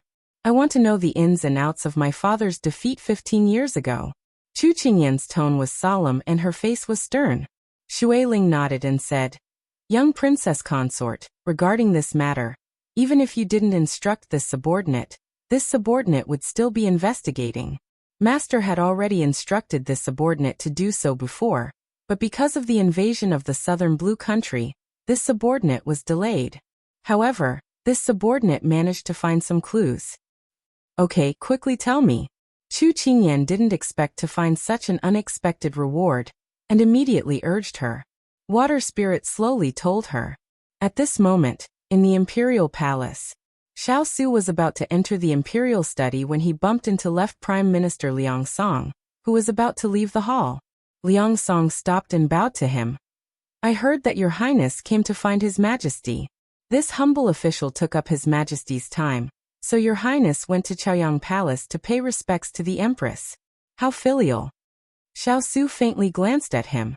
The reason why Liang Song appeared here was probably because Imperial Mother had asked him to block the Imperial study and delay his meeting with Imperial Father. Xiao Su slightly nodded to Liang Song and brushed past him. Liang Song rubbed his chin and smiled like a fox. Then he stepped out of the palace. At this time, Sichuan Emperor had just closed a memorial when he saw Xiao Su walk in. He put down his brush. His usually sharp eyes lost some of their sharpness, but there was still a lingering aura. I heard that you came to the palace to find Zhen today. What did you want? Sichuan Emperor casually asked as he folded his hands on the table. Xiao Su lowered his eyes. I want to discuss with Imperial Father about the defense of the border. These words caused Sichuan Emperor to raise an eyebrow. An unreadable expression flashed through his eyes. Okay, it seems that you already have an idea. Tell me. Time slowly passed as Xiao Su calmly narrated. When the last sentence fell, Sichuan Emperor stroked his beard and nodded. Your idea is very good. In 2 days, Zhen will discuss the list of names of the soldiers with the ministers at morning court. Xiao Su nodded in agreement. The son in front of him was a giant among men. As a father, he should be proud of his son. However, in Sichuan Emperor's eyes, he could not agree with his son's suggestion. This was because he did not know how many people on the list were indebted to Xiao Su. If something happened, the border would fall into enemy hands. To be safe, he would not use the people that Xiao Su suggested. Xiao Su's expression was very calm. Perhaps he had seen through Sichuan Emperor's thoughts. Suer, Zhen needs your help with something. Sichuan Emperor seemed to have thought of something and said in a loving tone. Xiao Su cupped his hands. Imperial Father, please speak. This morning, Zhen received a letter from the Nansong Kingdom. They said that they will send an envoy to Sichuan in a few days. They also sent a princess and want to make peace with us by marriage. However, Zhen heard that many of the people who will come this time are fierce warriors from the Nansong Kingdom. When the time comes, Zhen will need you to oversee the court and take down their spirit. Sichuan Emperor slowly said. Since Nansong Kingdom wanted to make peace, then it must be sincere. Since ancient times, it was normal for a princess to make peace with another country. This time, Nansong Kingdom chose to make a marriage alliance. Xiao Su lowered his eyes. I understand. Hearing his answer, the West Xian Emperor nodded in satisfaction. Suer, you are the most outstanding among all the princes. Everything you do is done very well. This time, we believe you will do well as well. I do not deserve such praise. Xiao Su lowered his head and replied indifferently. Very good. Then go back and rest. When you have time, bring Qingyan to the palace for a walk. Yes. After Xiao Su left the imperial study, he stood at the highest point of the palace. His gaze swept across the tall buildings below him, and a trace of confusion appeared on his face. Fate was always playing tricks on him. Only when the eunuch beside him carefully called out to him did he regain his senses. He walked down the stairs step by step, looking very lonely.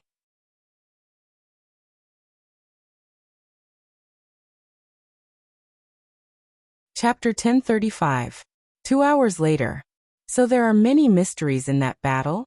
Chu Qingyan listened to Water Spirit's narration and looked at the letter she presented with a deep gaze. Water Spirit said seriously, there are indeed problems, but we haven't found out yet because of the long history. Chu Qingyan turned to look at Water Spirit seriously and sincerely.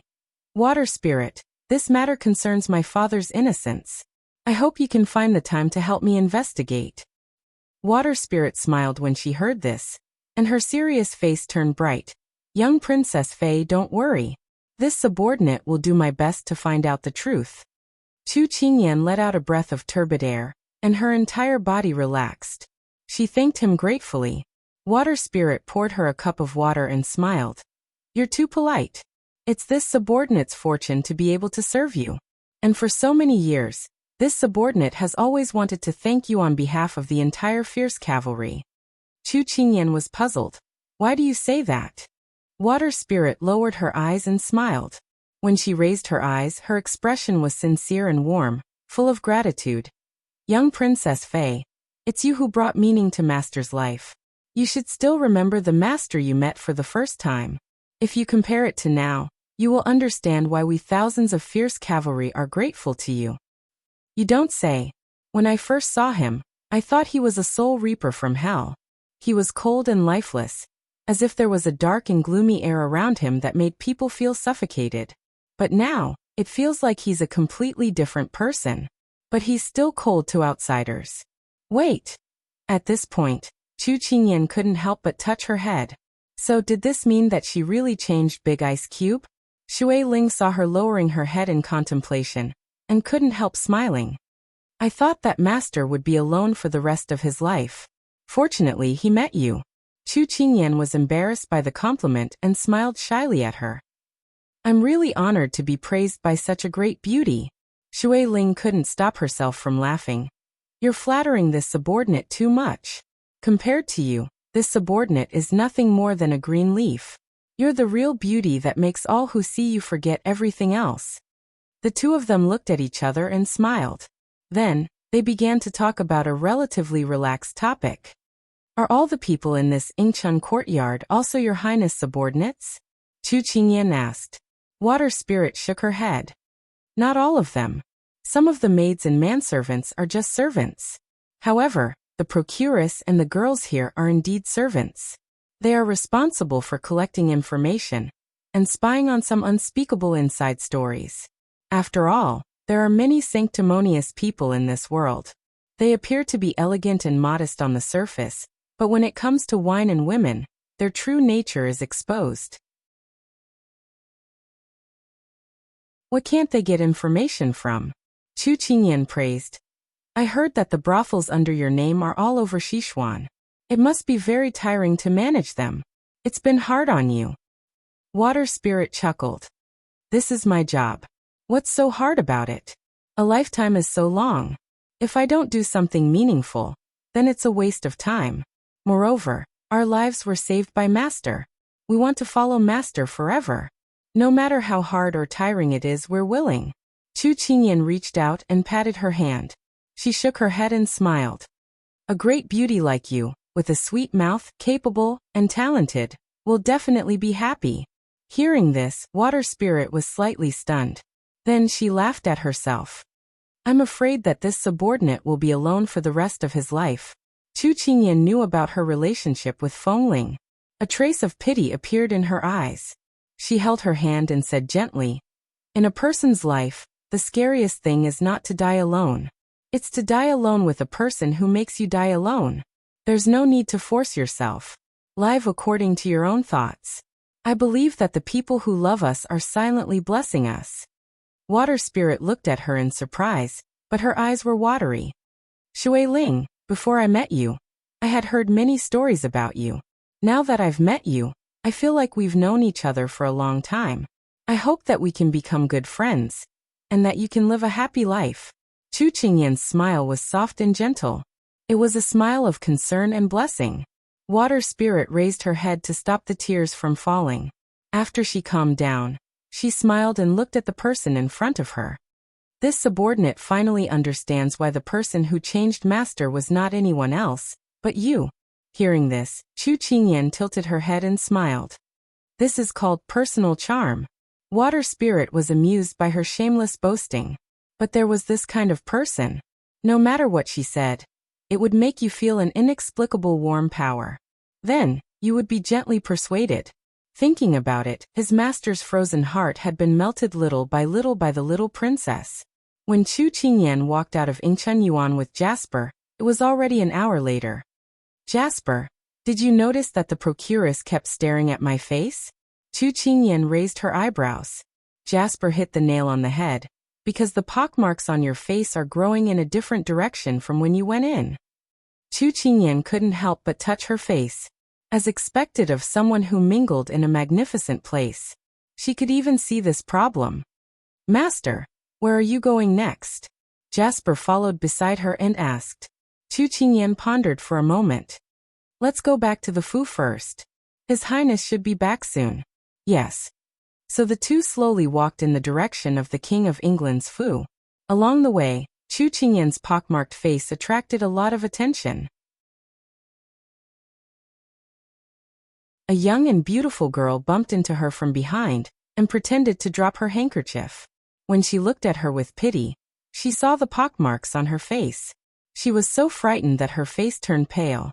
Then she stomped her feet and ran away. There was also someone who affectionately called out, "Young master," from behind. When she turned around to look, the other party almost fainted as if they had seen a ghost. Chu Qingyan couldn't help but sigh. Jasper, it's said that different places raise different people. Are the women in the capital bolder and more unrestrained than the women in Jiangnan? Tell me, the way you get to know people is so full of tricks. Jasper replied methodically. But the majority of people are still scared away by you. Chu Qingyan touched her face. This is indeed a world that looks at the face. It's a principle that hasn't changed since ancient times. So, there are some killers who look handsome from the back, but they could be dinosaurs from the front. Distance makes the heart grow fonder. In the future, it's better not to break it so easily. Although Master's words sounded a little incomprehensible, It didn't affect her understanding. Master was always able to say things that were unexpected, but also very reasonable. Jasper was full of admiration. At this time, the two had almost reached the King of England's foo. From afar, they saw the person sitting on the back of a horse and preparing to dismount. Chu Qingyan was excited and immediately dashed over. Bai Yu, who was standing at the side, couldn't even stop him before he flew past her. Master, your face. Tisk, Master still wanted people to keep this trip a secret. Now, she was afraid that she would be exposed.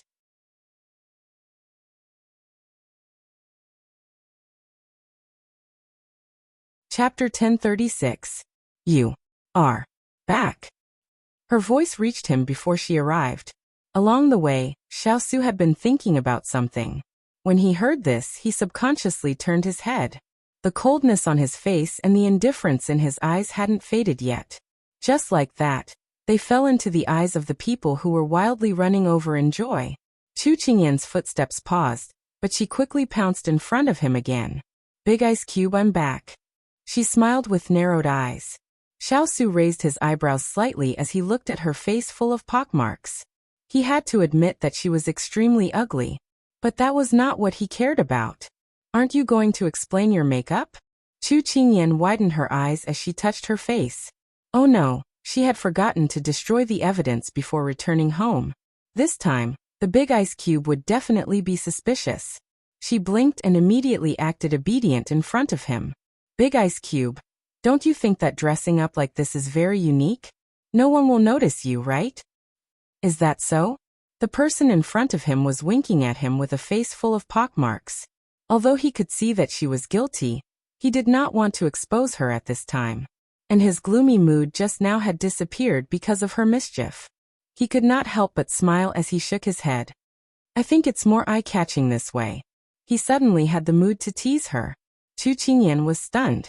It couldn't be more eye-catching? Then wouldn't the matter of her going to Ying Chun Court be exposed? What should she do? She had to think of an excuse. Seeing her conflicted expression, Xiao did not tease her anymore. He handed the reins in his hands to the servant and led her into the residence. Chu Qingyan heaved a sigh of relief.